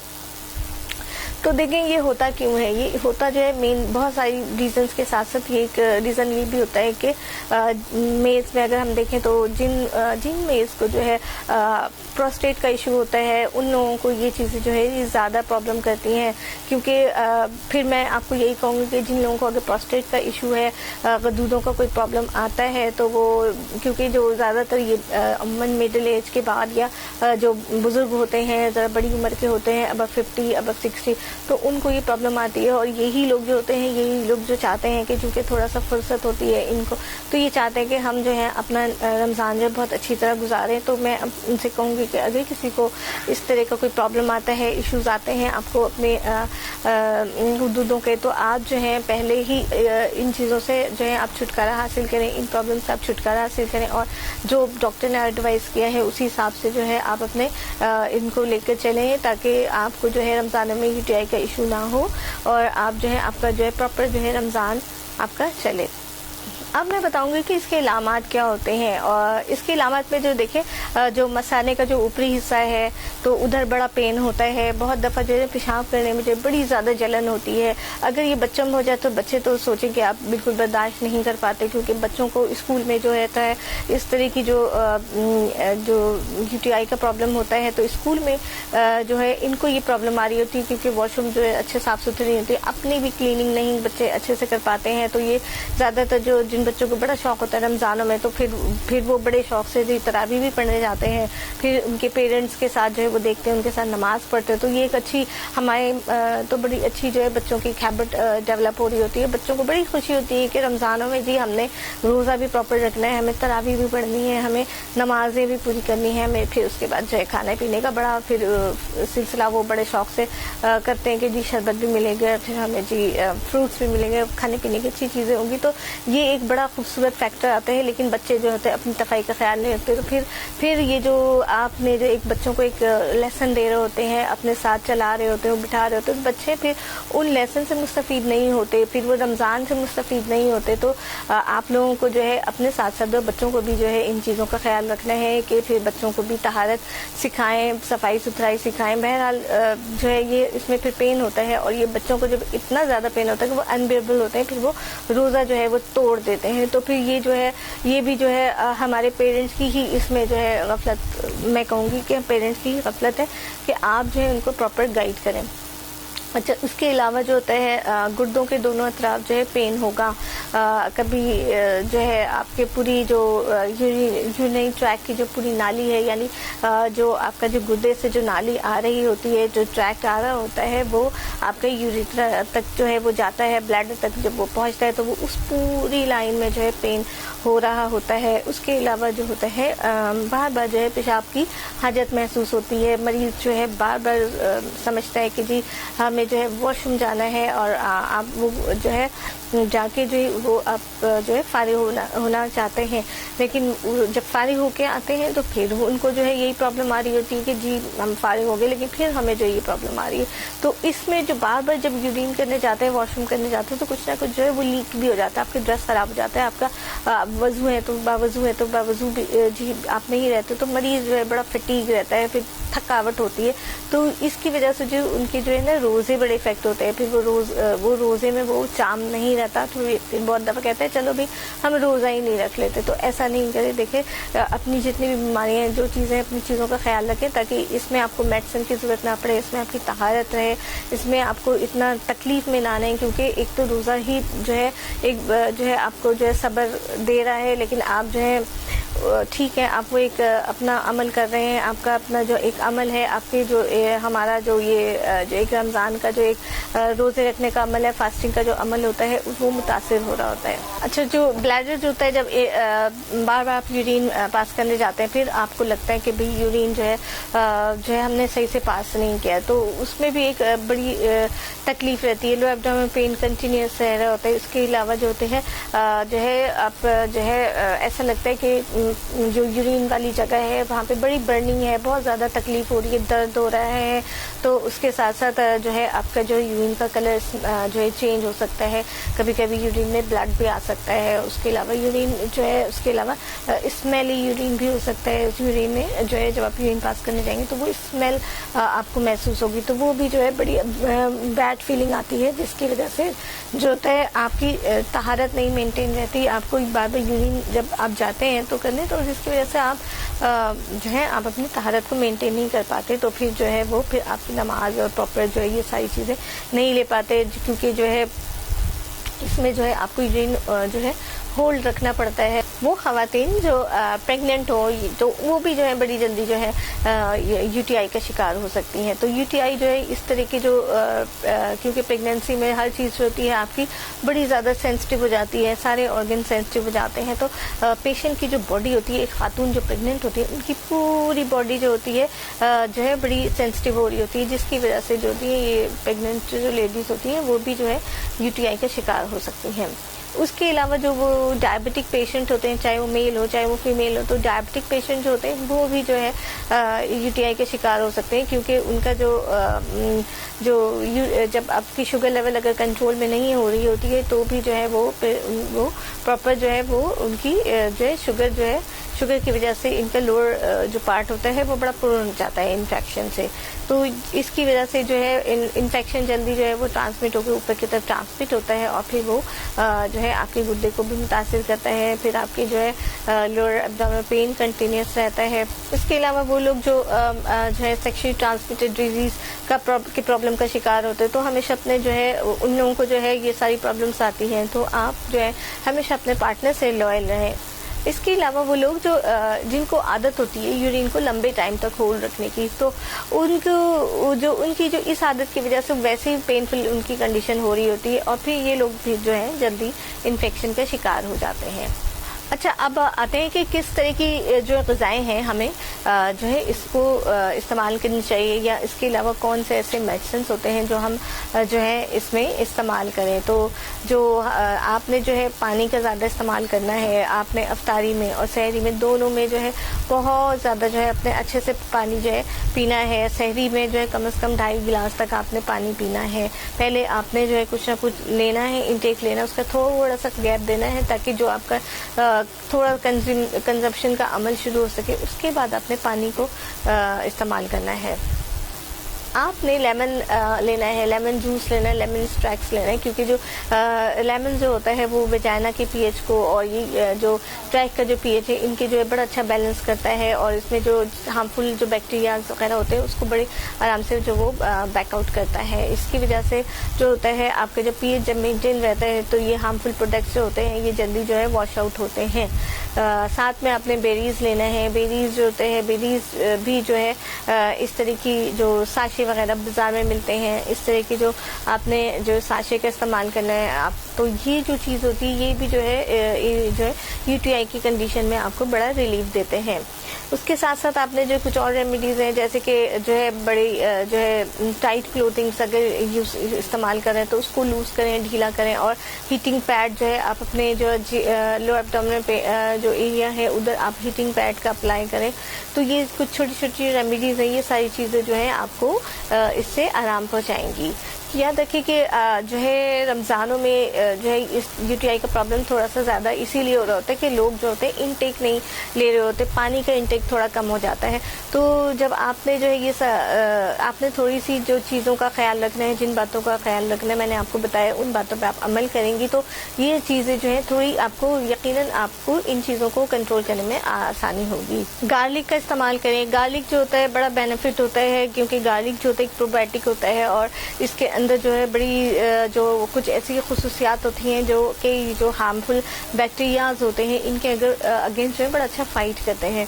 तो जिसकी वजह से जो होते हैं ये जो यूटीआई के जो बैक्टीरियाज होते हैं ये इतना अंदर पिनअप नहीं पाते। तो आप लोगों को जो है ये जब आप गार्लिक का यूज़ करेंगे, मुख्तलिफ चीज़ें यूज़ करेंगे तो आपकी जो ये सारी जो रेमेडीज़ होती हैं ये यूटीआई में बड़ी आपको कारआमद मिलेंगी। अच्छा, अब आ जाते हैं अगले सवाल की तरफ, जो कि रमज़ान के हवाले से बड़ा इम्पॉर्टेंट है कि बहुत सारे जो मरीज़ हैं वो बहुत सारे लोग जो हैं ऐसा पूछते हैं कि जी हम रमज़ानों में हम रोज़ा रख सकते हैं कि नहीं रख सकते। डायबिटिक पेशेंट जो है बड़े ज़्यादा इस चीज़ से कंसर्न है कि हम जो है रमज़ानों में रोज़ा कैसे रखें, क्या तरीक़ा होना चाहिए, क्या लेना चाहिए, हम रोज़ा रखें, ऐसा ना हो कि हम रोज़ा रखें और फिर हमारी तबीयत ख़राब हो जाए। तो बिल्कुल आप जो है रमज़ानों में रोज़ा रख सकते हैं, लेकिन इट डिपेंड्स कि आपकी जो शुगर लेवल है वो कितनी रहती है, आप शुगर लेवल मेंटेन करते हैं या नहीं मेंटेन करते। सेकंड ये कि आपकी जो डाइटरी हैबिट है, आप खाते क्या हैं, आपके डॉक्टर्स ने आपको क्या एडवाइस किया हुआ है।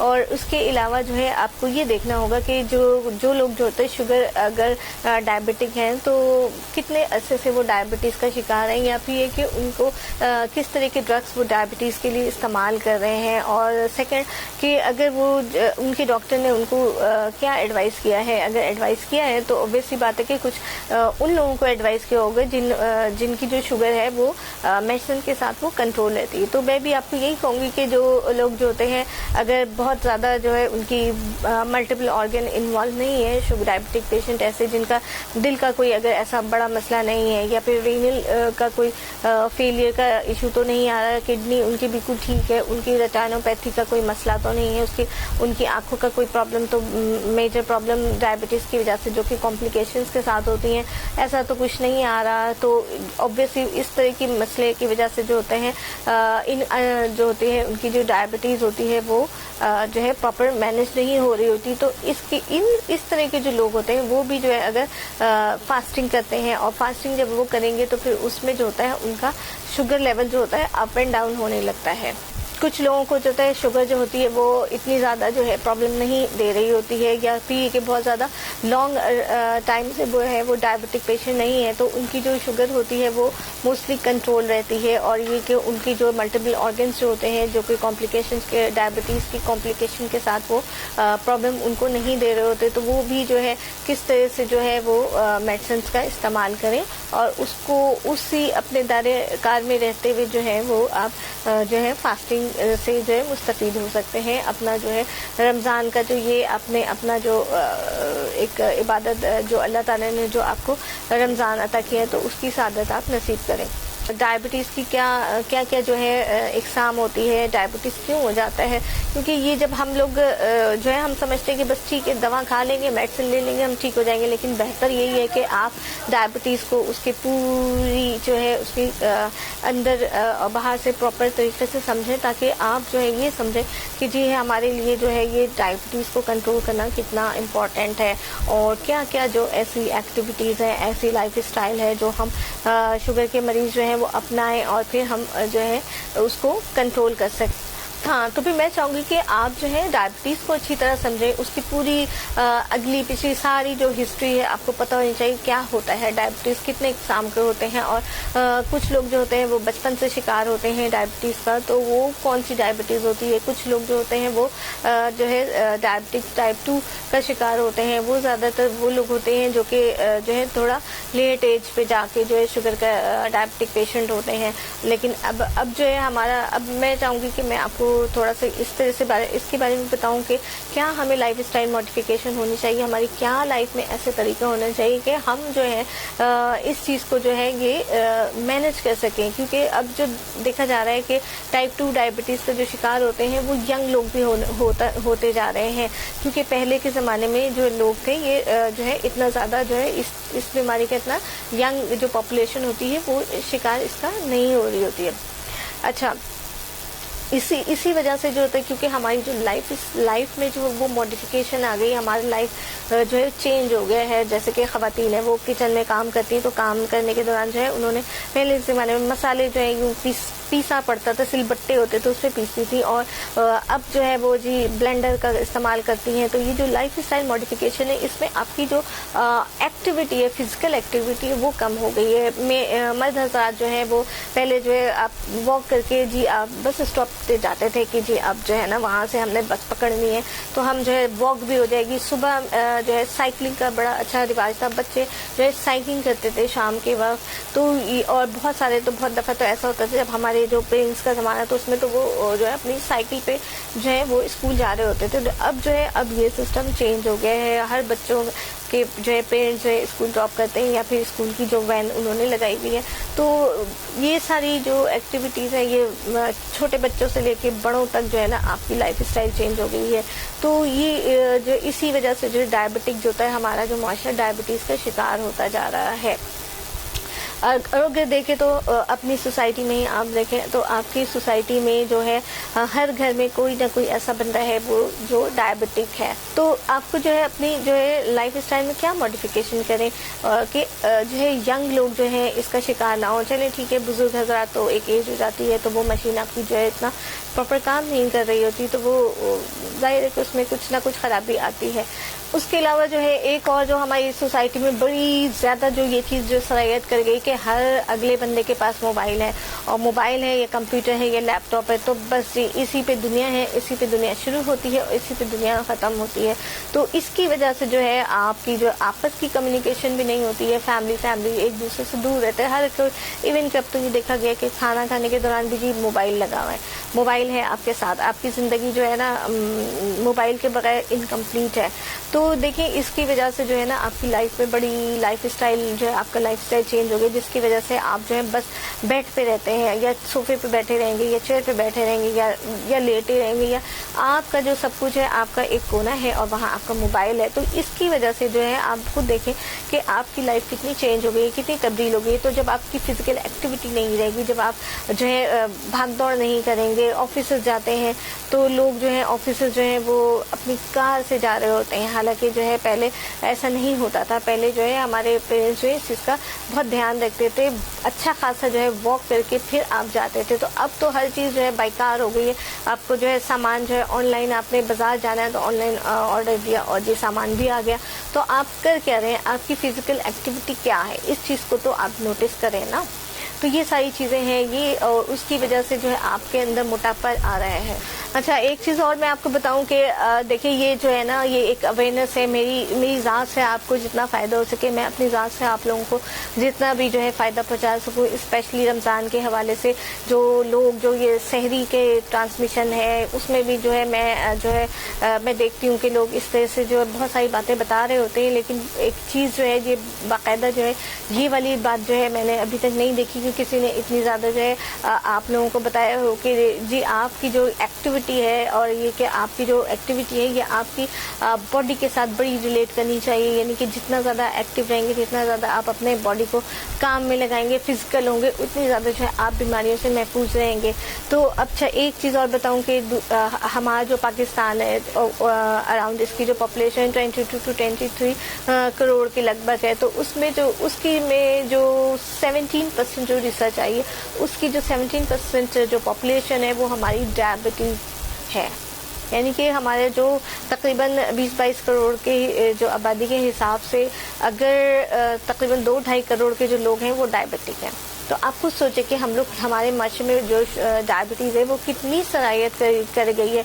और यंग पॉपुलेशन अगर जब डायबिटीज़ का शिकार होती है तो सोचें कि जो वो यही यंग ही पॉपुलेशन होती है जो किसी मुल्क की तरक्की का राज होती है। एडल्ट और जो यंग लोग होते हैं ये अपने मुल्क को आगे लेकर जाते हैं। आपकी जो है आपकी जो कंट्री की जो सारा कुछ जो आपकी जो दारोमदार है यंग एडल्ट होते हैं। हर एक्टिविटी में आपके जितने भी जो आपके जो बड़े बड़े प्रोजेक्ट्स हैं, हर तरह के काम है वो आपकी जो है यंग जनरेशन ही सारी चीज़ें कर रही होती है। एक जनरेशन जाती है, एक जनरेशन आती है, तो अपना तो सारा जो पूरी चीज़ें जो होती हैं वो ट्रांसफ़र हो रही होती हैं। तो हम अपनी जनरेशन को क्या ट्रांसफ़र कर रहे हैं, हम अपनी जनरेशन को मर्ज ट्रांसफ़र कर रहे हैं। तो हम लोग जो खुद अपने बच्चों को ऐसा जो है बनाया है, हम अपने बच्चों को मोबाइल का इतना आदी कर दिया है कि वो सिर्फ मोबाइल में लगे हुए हैं, तो उनकी एक्टिविटी नहीं है। तो ये सारी चीज़ें, और साथ में जो जी ऑनलाइन ऑर्डर कर दिया, जी पिज़्ज़ा मंगा लिया, ऑनलाइन ऑर्डर कर दिया, जी कुछ ना कुछ जो है खाने पीने को मिला लेते। तो यंग जनरेशन से मोबाइल है, पिज़्ज़ा है और एक कोना है उनका। तो ये लाइफ स्टाइल रहेगा तो फिर आप क्या जवानी में ही डायबिटीज़ के शिकार नहीं होंगे। तो देखिए ये सारी चीज़ें हैं, इन सारी चीज़ों पे आप अमल पैरा रहें और अपने बच्चों को सिखाएं, समझाएं कि जो ये इस तरह की जो चीज़ें हैं ये ऐसा कुछ लाइफ में थोड़ा सा निकालें ताकि आप जो है खुद भी बर्डनाइज ना हो। क्योंकि अगर एक डायबिटिक पेशेंट होता है तो वो जो है उसके जेब पे जो है मंथली का जो है 4,000 to 5,000 का अलग से खर्चा होता है। डॉक्टर की फ़ीस आपने अलग जाके देनी है, कुछ नहीं होगा, सिर्फ डॉक्टर का जो है आपने इनकम बढ़ानी है अपनी इस चीज़ से। और उसके अलावा अपने फार्मास्यूटिकल कंपनी जो मेडिसिन बना रही होती हैं उनकी तो चांदी है, वो तो कभी भी नहीं चाहेंगे कि जी ये आप जो है डायबिटिक पेशेंट जो है वो इस तरह की जो मेडिसिन से कभी छुटकारा मिले। तो देखिए मैं आपको कुछ इस तरह का नहीं कह रही, हम सिर्फ ये कह रहे हैं कि हम अपने अंदर क्या तब्दीली लाएँ जो कि हमारे अपने लिए क्या बेनिफिट है। तो देखिए बैठे बिठाए जो है ये जो शुगर की जो पेशेंट होते हैं ये बैठे बिठाए अंदर ही अंदर जो है अपनी अंदर बीमारियों को पालते रहते हैं। उनके जो उसके बाद उनकी जो कॉम्प्लिकेशंस आती हैं प्रोलॉन्ग, जब जिनका डायबिटीज़ के पेशेंट हो जाते हैं लंबा, उनका जब शुगर का मर्ज़ बढ़ जाता है तो फिर उनकी जो मल्टीपल ऑर्गन जो होते हैं वो इन्वॉल्व हो जाते हैं। कुछ लोगों के जो है इतनी ज़्यादा अनकंट्रोल शुगर जाती है कि वो जब कोई जो है बहुत ज़्यादा जो है उनको उनके जो नर्व्स हैं वो डैमेज हो रहे होते हैं, नर्व्स जो होती हैं वो प्रॉपर उनके काम नहीं कर रही होती, जिसकी वजह से जो है इनको जो है बहुत ज़्यादा जो है उधर सुइयाँ चुभ रही होती हैं या नसों में जो है इनकी प्रॉब्लम आती है, तो उनको कोई किसी भी किस्म की सेंसेशन का एहसास नहीं होता। और उसके अलावा जो है अगर आपके गुर्दे में कोई प्रॉब्लम आता है तो गुर्दे भी फेल हो सकते हैं। गुर्दे का जो है बहुत दफ़ा जब देखा गया है कि जो गुर्दे जो होते हैं वो डायबिटिक पेशेंट की वजह से जो है कोई पेशेंट डायबिटिक है तो उसी के गुर्दे जो है मोस्टली जो है वो फेल हो रहे थे। तो आप खुद सोचें कि आप अपनी एक छोटी सी चीज़ से जो ये आपकी लाइफ स्टाइल, आपको जो हैबिट है, इससे आप अपने आप को कितने ख़तरे में डाल रहे हैं। तो आज से मैं क्वेश्चन आंसर के जो सेशन है वो स्टार्ट करूँगी। उन ख़वातीन और उन बच्चियों और उन मेन हज़रात के क्वेश्चन आंसर्स होंगे जो बहुत ज़्यादा जो है इंस्टा पे मुझे डीएम किए हैं। तो आप लोगों की जो है मैं नाम जो बिल्कुल भी रिवील नहीं करूँगी, प्राइवेसी को मैं बहुत ज़्यादा जो है इम्पॉर्टेंट देती हूँ। तो इसलिए जो है वो ख़वातीन उनके जो हैं प्रॉब्लम्स हैं वो मैं आपसे के साथ डिस्कस करूँगी और क्वेश्चन आंसर का सेशन स्टार्ट करूँगी। आज का जो पहला सवाल है तो ये हैदराबाद से कहती हैं, बच्ची हैं 17 इयर्स की हैं। तो ये कह रही हैं कि जो गुज़श्ता जो 1 माह से मेरे फेस पे जो है दाने नमदार हो रहे हैं वक्तन फ़वक्तन, और उस पे जो है पस का इखराज हो रहा है, यानी पिंपल्स हो रहे हैं और उसमें जो है इनको पस आ रहा है और उसमें जो है ये कह रही है दुखन भी महसूस होती है। मैं बड़ी परेशान हूँ क्योंकि मेरी जो खूबसूरती है वो बड़ी इफ़ेक्ट हो रही है। तो चले मैं आपको बताऊं कि देखिए मेरी बेटी की तरह हैं आप, तो मैं आपको ये कहूँगी बहुत अच्छा मशवरा दूंगी कि आप जो है पहले अंदर की खूबसूरती देखें। स्किन की खूबसूरती जो होती है उसी वक्त अच्छी होती है जब आप अंदर से खूबसूरत होते हैं, आप अच्छा सोचते हैं। और सिर्फ ये नहीं है कि आप स्किन की ब्यूटी देखें, आप ये देखें कि आपका अंदर कितना खूबसूरत है। ज़ाहिर उसी वक्त खूबसूरत होगा जब आपका अंदर खूबसूरत होगा। तो बहरहाल ये तो एक जनरल बात थी। आप ये देखें कि आपकी नींद पूरी हो रही है नहीं हो रही है, आप जो है आपकी जो है डार्क सर्कल्स तो नहीं पड़ रहे, कहीं आप नींद की कमी का शिकार तो नहीं है, आप बहुत ज़्यादा जो है ग्रीजी या बहुत ज़्यादा मिर्च मसाले वाली चीज़ें तो नहीं खाती हैं। तो जंक फूड खाने वाले जो लोग होते हैं उनको भी बहुत ज़्यादा इस तरह के स्किन के पसी डिस्चार्ज के जो फेस पे पिंपल्स होते हैं उसके प्रॉब्लम्स होते हैं। उसके अलावा जो होते हैं आप ये देखें कि आपकी साइकिल्स वगैरह जो मेंस्ट्रुअल साइकिल्स है उसमें तो कोई रेगुलरिटी नहीं हो रही है, कोई और प्रॉब्लम तो नहीं आ रही है। बहुत दफ़ा ये होता है कि अंडरलाइन हार्मोनल इम्बैलेंस होते हैं जिसकी वजह से जो होते हैं ये पिंपल्स जो है वो ओवर रिएक्ट कर रहे होते हैं, पिंपल की शक्ल में वो रिएक्शन के तौर पे आपके फेस पे आ रहे होते हैं। तो ये देखें कि आपके कोई साइकिल्स का कोई इशू तो नहीं है, या आप इस तरह की चीज़ें तो नहीं इस्तेमाल करें खाने पीने में, नींद की कमी तो नहीं हो रही है, पानी तो नहीं कम पी रही हैं। तो ये सारी चीज़ें आप देखें। और इस सिलसिले में आप जो है अगर आपको कोई गायनेकोलॉजिकल इशू है या आपको हार्मोन्स का कोई इशू है तो आप जो है डॉक्टर से रिवील करें इस मामले में। और ये कि कोशिश करें कि आप नींद पूरी करें, आप जो है जंक फूड का इस्तेमाल कम करें, ग्रीजी और बहुत ज़्यादा जो मिर्च मसाले वाली चीज़ें हैं उनसे परहेज़ करें। और जो बच्चे होते हैं इस उम्र के बच्चे होते हैं वो बहुत ज़्यादा जो है कार्बोनेटेड ड्रिंक्स पे आते हैं, यानी कि कॉलेज गए स्कूल गए तो बस ड्रिंक ही ड्रिंक है। तो ये सारी चीज़ें जो हैं थोड़ी सी इससे परहेज़ करें क्योंकि ये उम्र होती है, इस उम्र पे ये चीज़ें ज़्यादा जो है ये नमदार होते हैं। लेकिन उसी तरह से आपको थोड़ी अपनी चीज़ों में भी एहतियात करनी है। अच्छा, दूसरा सवाल आया है मेरा, ये लाहौर से पूछ रही है मेरी बहन कि विटामिन डी की कितनी मकदार हमें ज़रूरत होती है थ्रू सनलाइट, यानी कि हम जब सनलाइट जो है हमें सनलाइट के थ्रू कितनी विटामिन डी की मकदार हमें ज़रूरत होती है। और क्या कि स्किन जो होती है हमारी स्किन की कोई कॉम्प्लेक्शन का कोई रोल है हमारे विटामिन डी के एक्सपोजर में हमारी लाइफ में।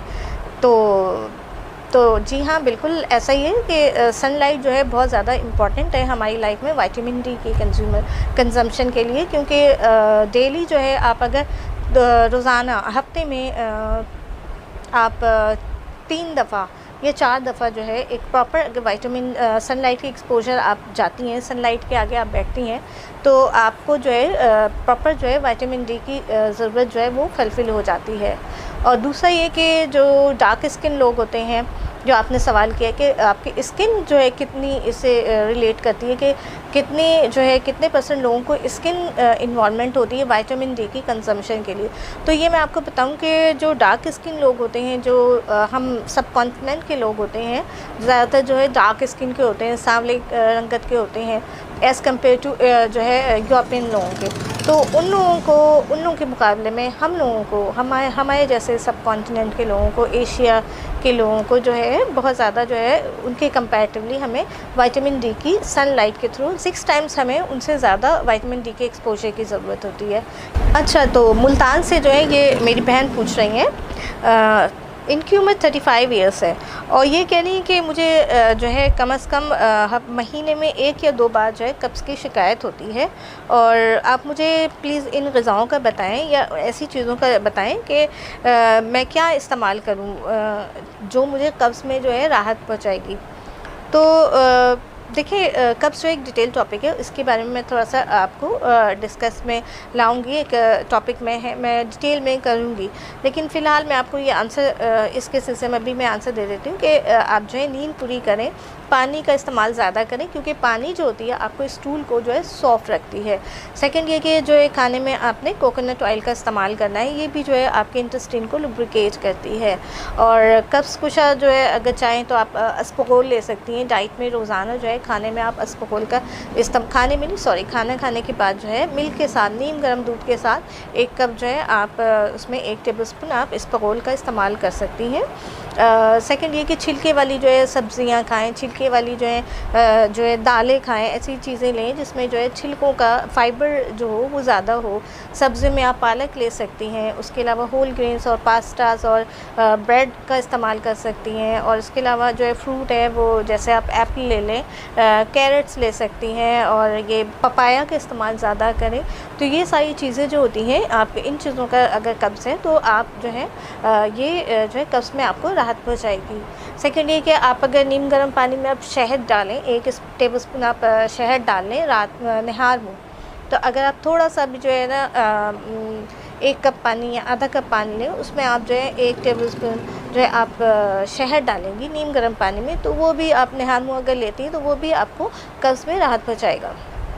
कराची से जो है मेरे भाई पूछ रहे हैं कि मेरा बेटा जो है 10 साल का है, ठीक है, गुज़श्ता 1 माह से उसके पेट में दर्द है और इस सिलसिले में मेरी रहनुमाई फरमाइए।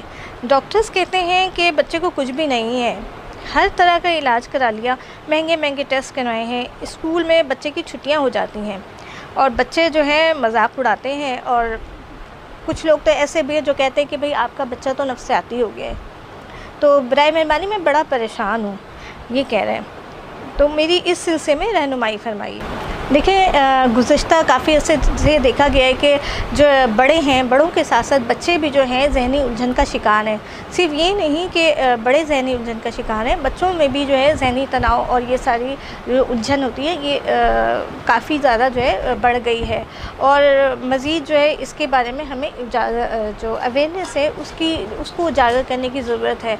बहुत दफ़ा जो होते हैं पेरेंट्स अपनी जहनी उलझन और अपनी परेशानी में अपने बच्चों को अवॉइड करते हैं, जिसका रिज़ल्ट जो है बच्चे इस तरह की जो जहनी उलझन है जो है उस तौर पे बच्चे निकालते हैं। कभी पेट में दर्द है, कभी सर में दर्द है, तो ये सारी चीज़ें जो होती हैं बच्चे जो है कहीं ना कहीं नफ्सियात जो है उनकी कॉम्प्रोमाइज़ हो रही है, उनके जो हेल्थ इशू है, मेंटल इश्यूज़ हैं, वो कहीं ना कहीं कॉम्प्रोमाइज़ हो रहे होते हैं, जिसकी वजह से जो बच्चे जो होते हैं वो रिएक्ट कर रहे होते हैं। उनकी बॉडी जो है इसी तरह से रिएक्ट करती है कि कभी जो है पेट में दर्द हो गया, कभी पिंपल्स आ गए, कभी नींद की कमी हो गई, कभी सर में दर्द हो गई। ये सारी चीज़ें जो होती हैं ये कुछ ना कुछ कहीं ना कहीं जो है जहनी उलझन की तरफ इशारा करती है। तो आपका जो थोड़ा सा प्यार है, थोड़ा सी मोहब्बत है, थोड़ी सी तवज्जो है, शफ़क़त है, कोई थोड़ा सा अपने जो उलझन को एक तरफ रखें, अपने बच्चे को टाइम दें। और अगर कोई बीमारी नहीं है, डॉक्टर्स कहते हैं कि हर चीज़ ठीक है, कोई मसला नहीं है, कोई क्लिनिकल कोई इशू नहीं आ रहा, सारे टेस्ट ठीक हैं, तो आप जो है अपने बच्चे को थोड़ा टाइम दें। मे बी कि आपकी तवज्जो और आपकी शफ़क़त और आपके टाइम से आपके बच्चे के ये इश्यूज़ जो हैं सॉल्व हो सकें। Thank you. इस्लामाबाद से जो मेरी बहन पूछ रही हैं, वो कह रही हैं कि मेरी वालदा जो है डायबिटीज़ की पेशेंट हैं, और वो कह रही हैं कि बराए मेहरबानी मुझे बताइए कि जो है मेरी वालदा को कौन सा फ्रूट जो है खाना चाहिए, कौन सा फ्रूट जो है फ़ायदेमंद है, और कौन सा फल जो है हमें नहीं लेना चाहिए, और कितना फ्रूट हमें डेली कंज्यूम करना चाहिए। अच्छा, तो ये कि डायबिटीज़ के जो मरीज़ रहते हैं उनको अगर वो फ्रूट्स जो है प्रॉपर तरीके से इस्तेमाल करें तो उनके शुगर लेवल जो है कंट्रोल रहते हैं। ऐसा नहीं है कि बहुत ज़्यादा जो है शुगर लेवल हाई हो गए, आपको एक प्रॉपर अमाउंट में प्रॉपर तरीके से जो है फ्रूट्स का इस्तेमाल करना चाहिए, क्योंकि फ्रूट में जो होते हैं बहुत इंपॉर्टेंट जो होती है ग़िज़ाई अज्जा से भरे हुए होते हैं, बहुत विटामिन्स अच्छे होते हैं, मिनरल्स होते हैं, एसेंशियल विटामिन्स होते हैं, कुछ फ़ाइबर्स के साथ होते हैं, तो ये जो है बड़ी ज़रूरी है आपके लिए। तो इसलिए कि बहुत दफ़ा जो होते हैं इनके जो बड़े अच्छे इफ़ेक्ट्स आ रहे होते हैं हमारे बॉडी पे, बहुत जो है कब्ज़-कुशा होते हैं, कब्ज़ से राहत पहुँचाते हैं। कुछ फ्रूट्स होते हैं एंटीऑक्सीडेंट प्रॉपर्टीज़ से भरे हुए होते हैं, कुछ फ्रूट्स ऐसे होते हैं जो हमारे कोलेस्ट्रॉल लेवल को कम करते हैं। तो आप जो है बिल्कुल भी ऐसा ना करें कि जो है फ्रूट खाना ही छोड़ दें।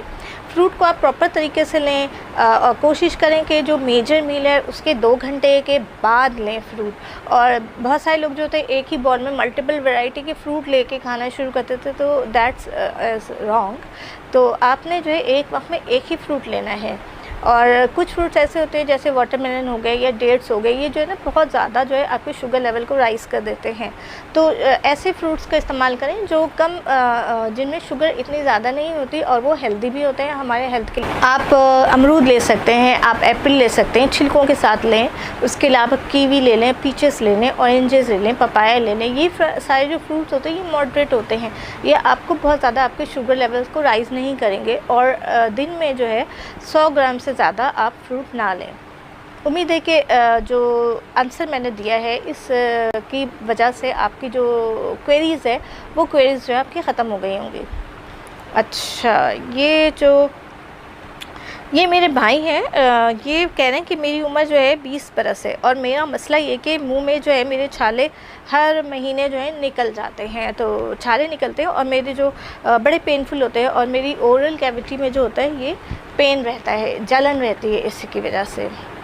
ओरल अल्सर जो होते हैं कभी कभी जो होते हैं किसी इंसान के जो होते हैं नुकीले दांत होते हैं वो किसी एक जगह को जो है बार बार जो है हिट करते हैं, तो उसकी वजह से भी अल्सर्स जो होते हैं हो जाते हैं।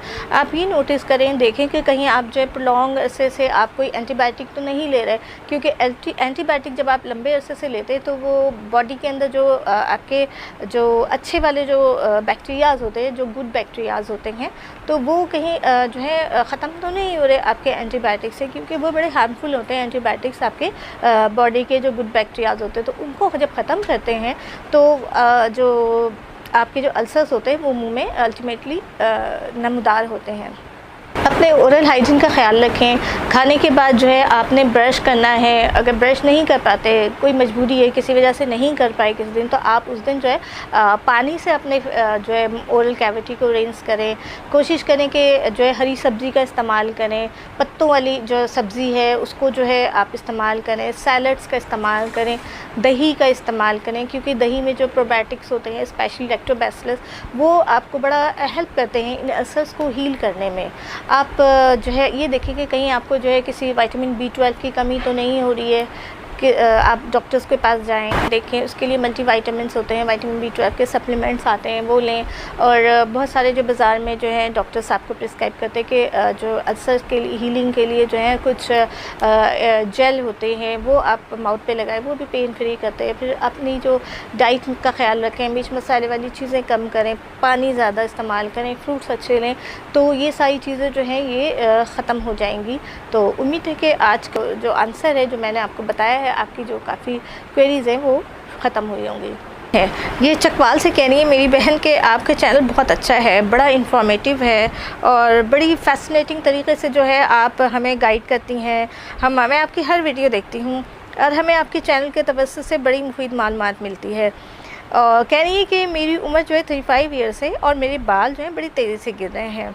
अगर इसी तरह से बाल गिरते रहे तो मैं गंजी हो जाऊंगी और मेरी चुटिया की मोटाई भी कम हो गई है। तो देखें, बहुत शुक्रिया आपका, आपने हमारे चैनल को लाइक किया और मैं चाहूँगी कि आपकी ये जो बात आपने की है तो मुझे बड़ी खुशी हो रही है, बड़ी फैसिनेटिंग आपने मुझे मोटिवेट किया है। आपकी बातों से मुझे बड़ी खुशी हुई है और मुझे अच्छा लगा कि और मैं बहुत खुश हूँ कि आपने मुझे इतनी पजीराई दी है, इतना प्यार दिया है। तो मैं जो कोशिश करूँगी कि आप मेरी फैमिली हैं और आप जैसे और लोग मेरी फैमिली हैं जो मुझे ख़त लिखते हैं, जो मुझे डीएम करते हैं, जो मुझे बताते हैं कि जी इस तरह से जो है आपकी बातें हमें बहुत पसंद आती हैं, आप जो मालूमात आप शेयर करती हैं वो हमें कहीं नहीं मिलती, आप देती हैं तो अच्छा लगता है। तो मुझे भी आप लोगों की जो ये बातें बहुत अच्छी लगती हैं और मेरी ख्वाहिश है कि आप जो है ये सारी बातें जो मैं आपको बताती हूँ तो आप दूसरे लोगों को, अपने दोस्त अहबाब को अपने हल्के में जो है आप उनको बताएं, आप उनके साथ शेयर करें ताकि मेरी तवज्जो से उनका भी भला हो। तो चलें अब आंसर की तरफ आते हैं कि देखिए हेयर लॉस की बहुत सारी वजूहत होती हैं। कुछ आपकी डाइट की वजह से हो सकती हैं, कुछ आपके एक्सटर्नल हो सकते हैं, कुछ ऐसी चीज़ें होती हैं जो आपके हार्मोनल होती है। तो आप ये देखें कि जो है कहीं आपको कोई ऐसी साइकिल्स का कोई इशू तो नहीं आ रहा, माहवारी का कोई प्रॉब्लम तो नहीं आ रहा है जिसकी वजह से जो होती है आपकी जो होती है हेयर पे उसका असर होता है। बहुत सी ख़वातीन होती हैं उनको पॉलीसिस्टिक ओवरी डिजीज़ होती है जिसमें जो होता है फ़ीमेल के हार्मोनल इम्बैलेंस होते हैं, जिसमें एक्ने हो जाती है, उसमें भी हेयर लॉस हो रहा होता है। बहुत सारी ख़वातीन जो होती हैं वो थायराइड का शिकार होती हैं। आपने देखना है कि आपको कोई थायराइड का इशू तो नहीं आ रहा, क्योंकि थायराइड रिलेटेड जो हेयर लॉस होते हैं वो भी जो है थायराइड के इशू की वजह से हेयर लॉस हो सकते हैं। और बहुत दफ़ा ऐसा भी देखा गया कि कुछ जो ख़वातीन होती हैं बहुत केमिकल यूज़ करती हैं, जैसे स्ट्रिकिंग करवा ली, जैसे डाइंग करवा ली या और ट्रीटमेंट्स होती हैं, वो सारी ट्रीटमेंट्स वो जो है ख़वातीन करवाती हैं, जिसकी वजह से भी जो होती है हेयर जो होता है वो लॉस हो रहा होता है। कुछ ख़वातीन को कुछ और इशू आते हैं, हेयर के अपने इश्यूज़ आते हैं जिसमें जो है कुछ फंगस आ गया या कोई और इश्यूज़ आ जाते हैं, तो वो भी आपने जो है किसी अच्छे कॉस्मेटोलॉजिस्ट को दिखाना है। और बहुत सारी ख़वातीन जो होती हैं पॉलर जाती हैं, पॉलर वालियाँ जो होती हैं, जो पॉलर में जो ख़वातीन होती हैं वो जो है कुछ ख़वातीन को मिसगाइड कर देती हैं। वो आपको बता देती कि आप ये शैम्पू यूज़ करें, ये शैम्पू ना यूज़ करें, लेकिन आपको जो है आपको पता होना चाहिए बाल आपकी अल्लाह ताला की तरफ से एक अता करदा नेमत है, तो उसका जो है आप ही को ख्याल रखना है, दूसरे तो कोई नहीं आएगा आपको ख्याल रखने। तो उन्होंने तो बिज़नेस करना होता है, तो आप उनकी बातों में नहीं आए और हमेशा जो है एक अच्छी जगह से, अच्छे डॉक्टर से आप डिस्कस करें और अच्छे शैम्पू का इंतखाब करें अपने बालों के लिए। तो उम्मीद है कि आज का क्वेश्चन जो है, जो आंसर है वो आपको समझ आया होगा। तो अब अगली वीडियो में आपसे फिर मुलाकात होगी। तो कोई भी क्वेश्चन है, कोई भी प्रॉब्लम है, कोई क्वेरी है तो आप मुझे इंस्टा पे डीएम करें। Thank you. अस्सलाम वालेकुम, मैं हूँ डॉक्टर साइका और आप देख रहे हैं हेल्थ इन्फो। आज मैं जो हूँ आप लोगों के लिए बहुत बड़ा सरप्राइज़ लेकर आई हूँ। आप लोगों के हेल्थ इश्यूज़ जो बहुत ज़्यादा हो रहे हैं, तो उसके लिए जो है मैं आपको आपके कॉस्मेटिक्स के हवाले से, आपकी स्किन के हवाले से, आपके हेयर के हवाले से जो है बहुत जो है मुफीद मालूमात के लेकर आई हूँ। और बहुत जो है कॉस्मेटिक सर्जन के पास मैं जाऊँगी, आपके हेयर ट्रांसप्लांट सर्जन के पास जाऊँगी। बहुत सारे जो इश्यूज़ आ रहे हैं हमारी ख़वातीन को, जो मेकअप करती हैं, मेकअप करने के बाद जो इनको स्किन जो है रफ़ हो जाती है, या मेकअप के बाद जो है वो जो है एक्ने जो है उनकी स्किन प्रोड्यूस करने लगती है, उसके अलावा बाहर निकलती हैं तो उसकी वजह से ड्राइनेस और रफ़ हो जाती है। तो ये सारे जो इश्यूज़ हैं, ये सारे जो प्रॉब्लम्स आते हैं, उनका हल ढूंढने के लिए हम एक बहुत अच्छे जो है कॉस्मेटोलॉजिस्ट है उनके पास जाएंगे, उनसे बात करेंगे, आपके सारे मसाइल उनको बताएंगे, उनसे डिस्कस करेंगे, उनसे सुनेंगे, उसका हल निकालेंगे। और उसके अलावा जो है मैं जो आप लोगों के लिए जो है एक बहुत जल्दी जो है हेयर ट्रांसप्लांट सेंटर का विज़िट करने वाली हूँ। वहाँ के जो बालों के इश्यूज़ हैं, आपके गंजपन के इश्यूज़ हैं और दूसरे इश्यूज़ हैं, कॉस्मेटिक्स के हवाले से इश्यूज़ हैं, तो उन सारी बातों पे डिस्कस करूँगी। बहुत सारे जो ख़वातीन होती हैं उनको रिंकल्स का प्रॉब्लम आ जाता है, उनको सर्कल्स का प्रॉब्लम आ जाता है, डार्क सर्कल्स जो उनके जो है अराउंड आइज़ हो रही हैं, फोरहेड पे आ रही होती है, तो वो सारे इश्यूज़ जो है हम उनसे डिस्कस करेंगे और उनका सोल्यूशन निकालेंगे। तो तो कीप वॉचिंग, आप मेरे चैनल को देखिए, सब्सक्राइब कीजिए, शेयर कीजिए। इंशाल्लाह ताला जल्दी मिलेंगे। Thank you. अस्सलाम वालेकुम। आज जो मेरा टॉपिक है वो है स्लीप एपनिया पे। स्लीप एपनिया क्या होता है, क्यों होता है, कितने इकसाम के होते हैं, इसके अलामात क्या हैं और इसके नुकसानात क्या हैं, सेकंड इसका इलाज क्या है। तो स्लीप एपनिया जो होता है is a serious sleep disorder. यानी स्लीप डिसऑर्डर से मीन्स कि आप कोई भी मरीज़ है वो नींद में है और सडन उसकी जो ब्रीथिंग है वो स्टॉप हो जाए, like few second to up to 1 minute and then start. यानी कि कुछ सेकेंड की उसकी ब्रीथिंग सडन जो है स्टॉप हो जाएगी, जो कि 1 मिनट से 1 मिनट तक हो सकती है स्टॉप। कभी कभी 10 सेकेंड्स की हो सकती है, 15 सेकेंड की, उससे ज़्यादा भी हो सकती है। देन फिर उसके बाद वो दोबारा स्टार्ट हो जाती है। और स्लीप अपने कितने किस्म के होते हैं और क्यों होते हैं, इन चीज़ों पे हम डिस्कस कर लेते हैं। स्लीप एपनिया 3 टाइप्स के होते हैं, जिसमें सेंट्रल, ऑब्स्ट्रक्टिव एंड कॉम्प्लेक्स होते हैं। इसमें जो ऑब्स्ट्रक्टिव स्लीप एपनिया होता है ये सबसे ज़्यादा कॉमन होता है और इसमें ये होता है कि कोई भी इंसान होता है, इसके जो थ्रोट के जो मसल्स होते हैं वो बहुत ज़्यादा रिलैक्स हो जाते हैं, जिसकी वजह से उसका जो नॉर्मल ब्रीदिंग पैटर्न है वो डिस्टर्ब हो जाता है और वो अपने ब्रीदिंग पैटर्न को मेंटेन नहीं रखता। इससे सपोर्ट करते हैं उन स्ट्रक्चर्स को जो कि back of the roof of the mouth होते हैं, टॉन्सिल्स, टंग, यूविला। अब आते हैं अलामात की तरफ। अलामात में जो है बहुत ज़्यादा जो है सडन आप इस नींद से बेदार होते हैं और उस वक्त ये सेंसेशन होती है कि बहुत ज़्यादा जो है सांस दम घुट रहा है, चोकिंग सेंसेशन हो सकती है। उसके अलावा गले में ड्राई माउथ, ड्राई टंग के साथ आप आ रहे हैं, उतन शदीद तकलीफ होती है, मॉर्निंग सिकनेस हो रही है, चिड़चिड़ाहट हो रही है और काम में दिल ना लगना, इस तरह के अलामात हैं। लाउड स्नोरिंग यानी कि बहुत तेज़ आवाज़ में खराटे लेना किन लोगों को हो सकता है, ये जो है 3 to 4 times more common in males than females. और ऐसे लोग जो कि बहुत ज़्यादा ओवर एज हैं, मोटी गर्दन वाले लोग, चाहे वो फीमेल हो, वो भी रिस्क पे होते हैं। उसके अलावा कुछ लोग ऐसे होते हैं जिनमें इनहेरिटेड कोई जो है थ्रोट जो गर्दन है उसके अंदर एनाटॉमिकली कोई ऐसी इन्फेक्टेड डिफेक्ट है, वो लोग भी इसका शिकार हो सकते हैं। जैसे कि कुछ लोगों के जो इनहेरिटेड नैरो थ्रोट होते हैं, जिसमें जो टॉन्सिल्स होता है, एडनाइड्स होते हैं, वो इनलार्ज होते हैं, जो कि एयरवे को ब्लॉक कर सकते हैं, जिसकी वजह से जो है जो ब्रीदिंग पैटर्न है वो डिफ़िकल्ट हो जाता है ब्रीदिंग में। और ख़ास तौर पर ये रात में ऐसा होता है, नींद में, जब मरीज़ जो है सडन बेदार होते हैं नींद से कि भाई एकदम से जो है ना उनकी जो है वो सांस रुक रही है, दम रुक रहा है। अगर किसी की फैमिली हिस्ट्री है कि फैमिली में किसी को ये प्रॉब्लम अगर आ रही है तो भी ये चीज़ प्रॉब्लम कर सकती है। किसी को जो है अगर नेज़ल ब्लॉकेज की कोई प्रॉब्लम आ रही है, चाहे वो एलर्जी की वजह से हो गया, जो एनाटॉमिकल जो नेज़ल कोई डिफेक्ट है उसकी वजह से हो सकती है, तो रिस्क पे हैं। एलर्जी है तो भी रिस्क पे हैं, चाहे वो अगर नेज़ल ब्लॉकेज हो रही है, चाहे वो एलर्जी की वजह से हो रही है, या फिर कोई नेज़ल ऑलरेडी एनाटॉमिकल कोई डिफेक्ट है, डायबिटीज़ की वजह से हो सकता है, हाई ब्लड प्रेशर के मरीज़ भी इसके, ये सारे इस तरह के मरीज़ होते हैं, ये रिस्क में होते हैं।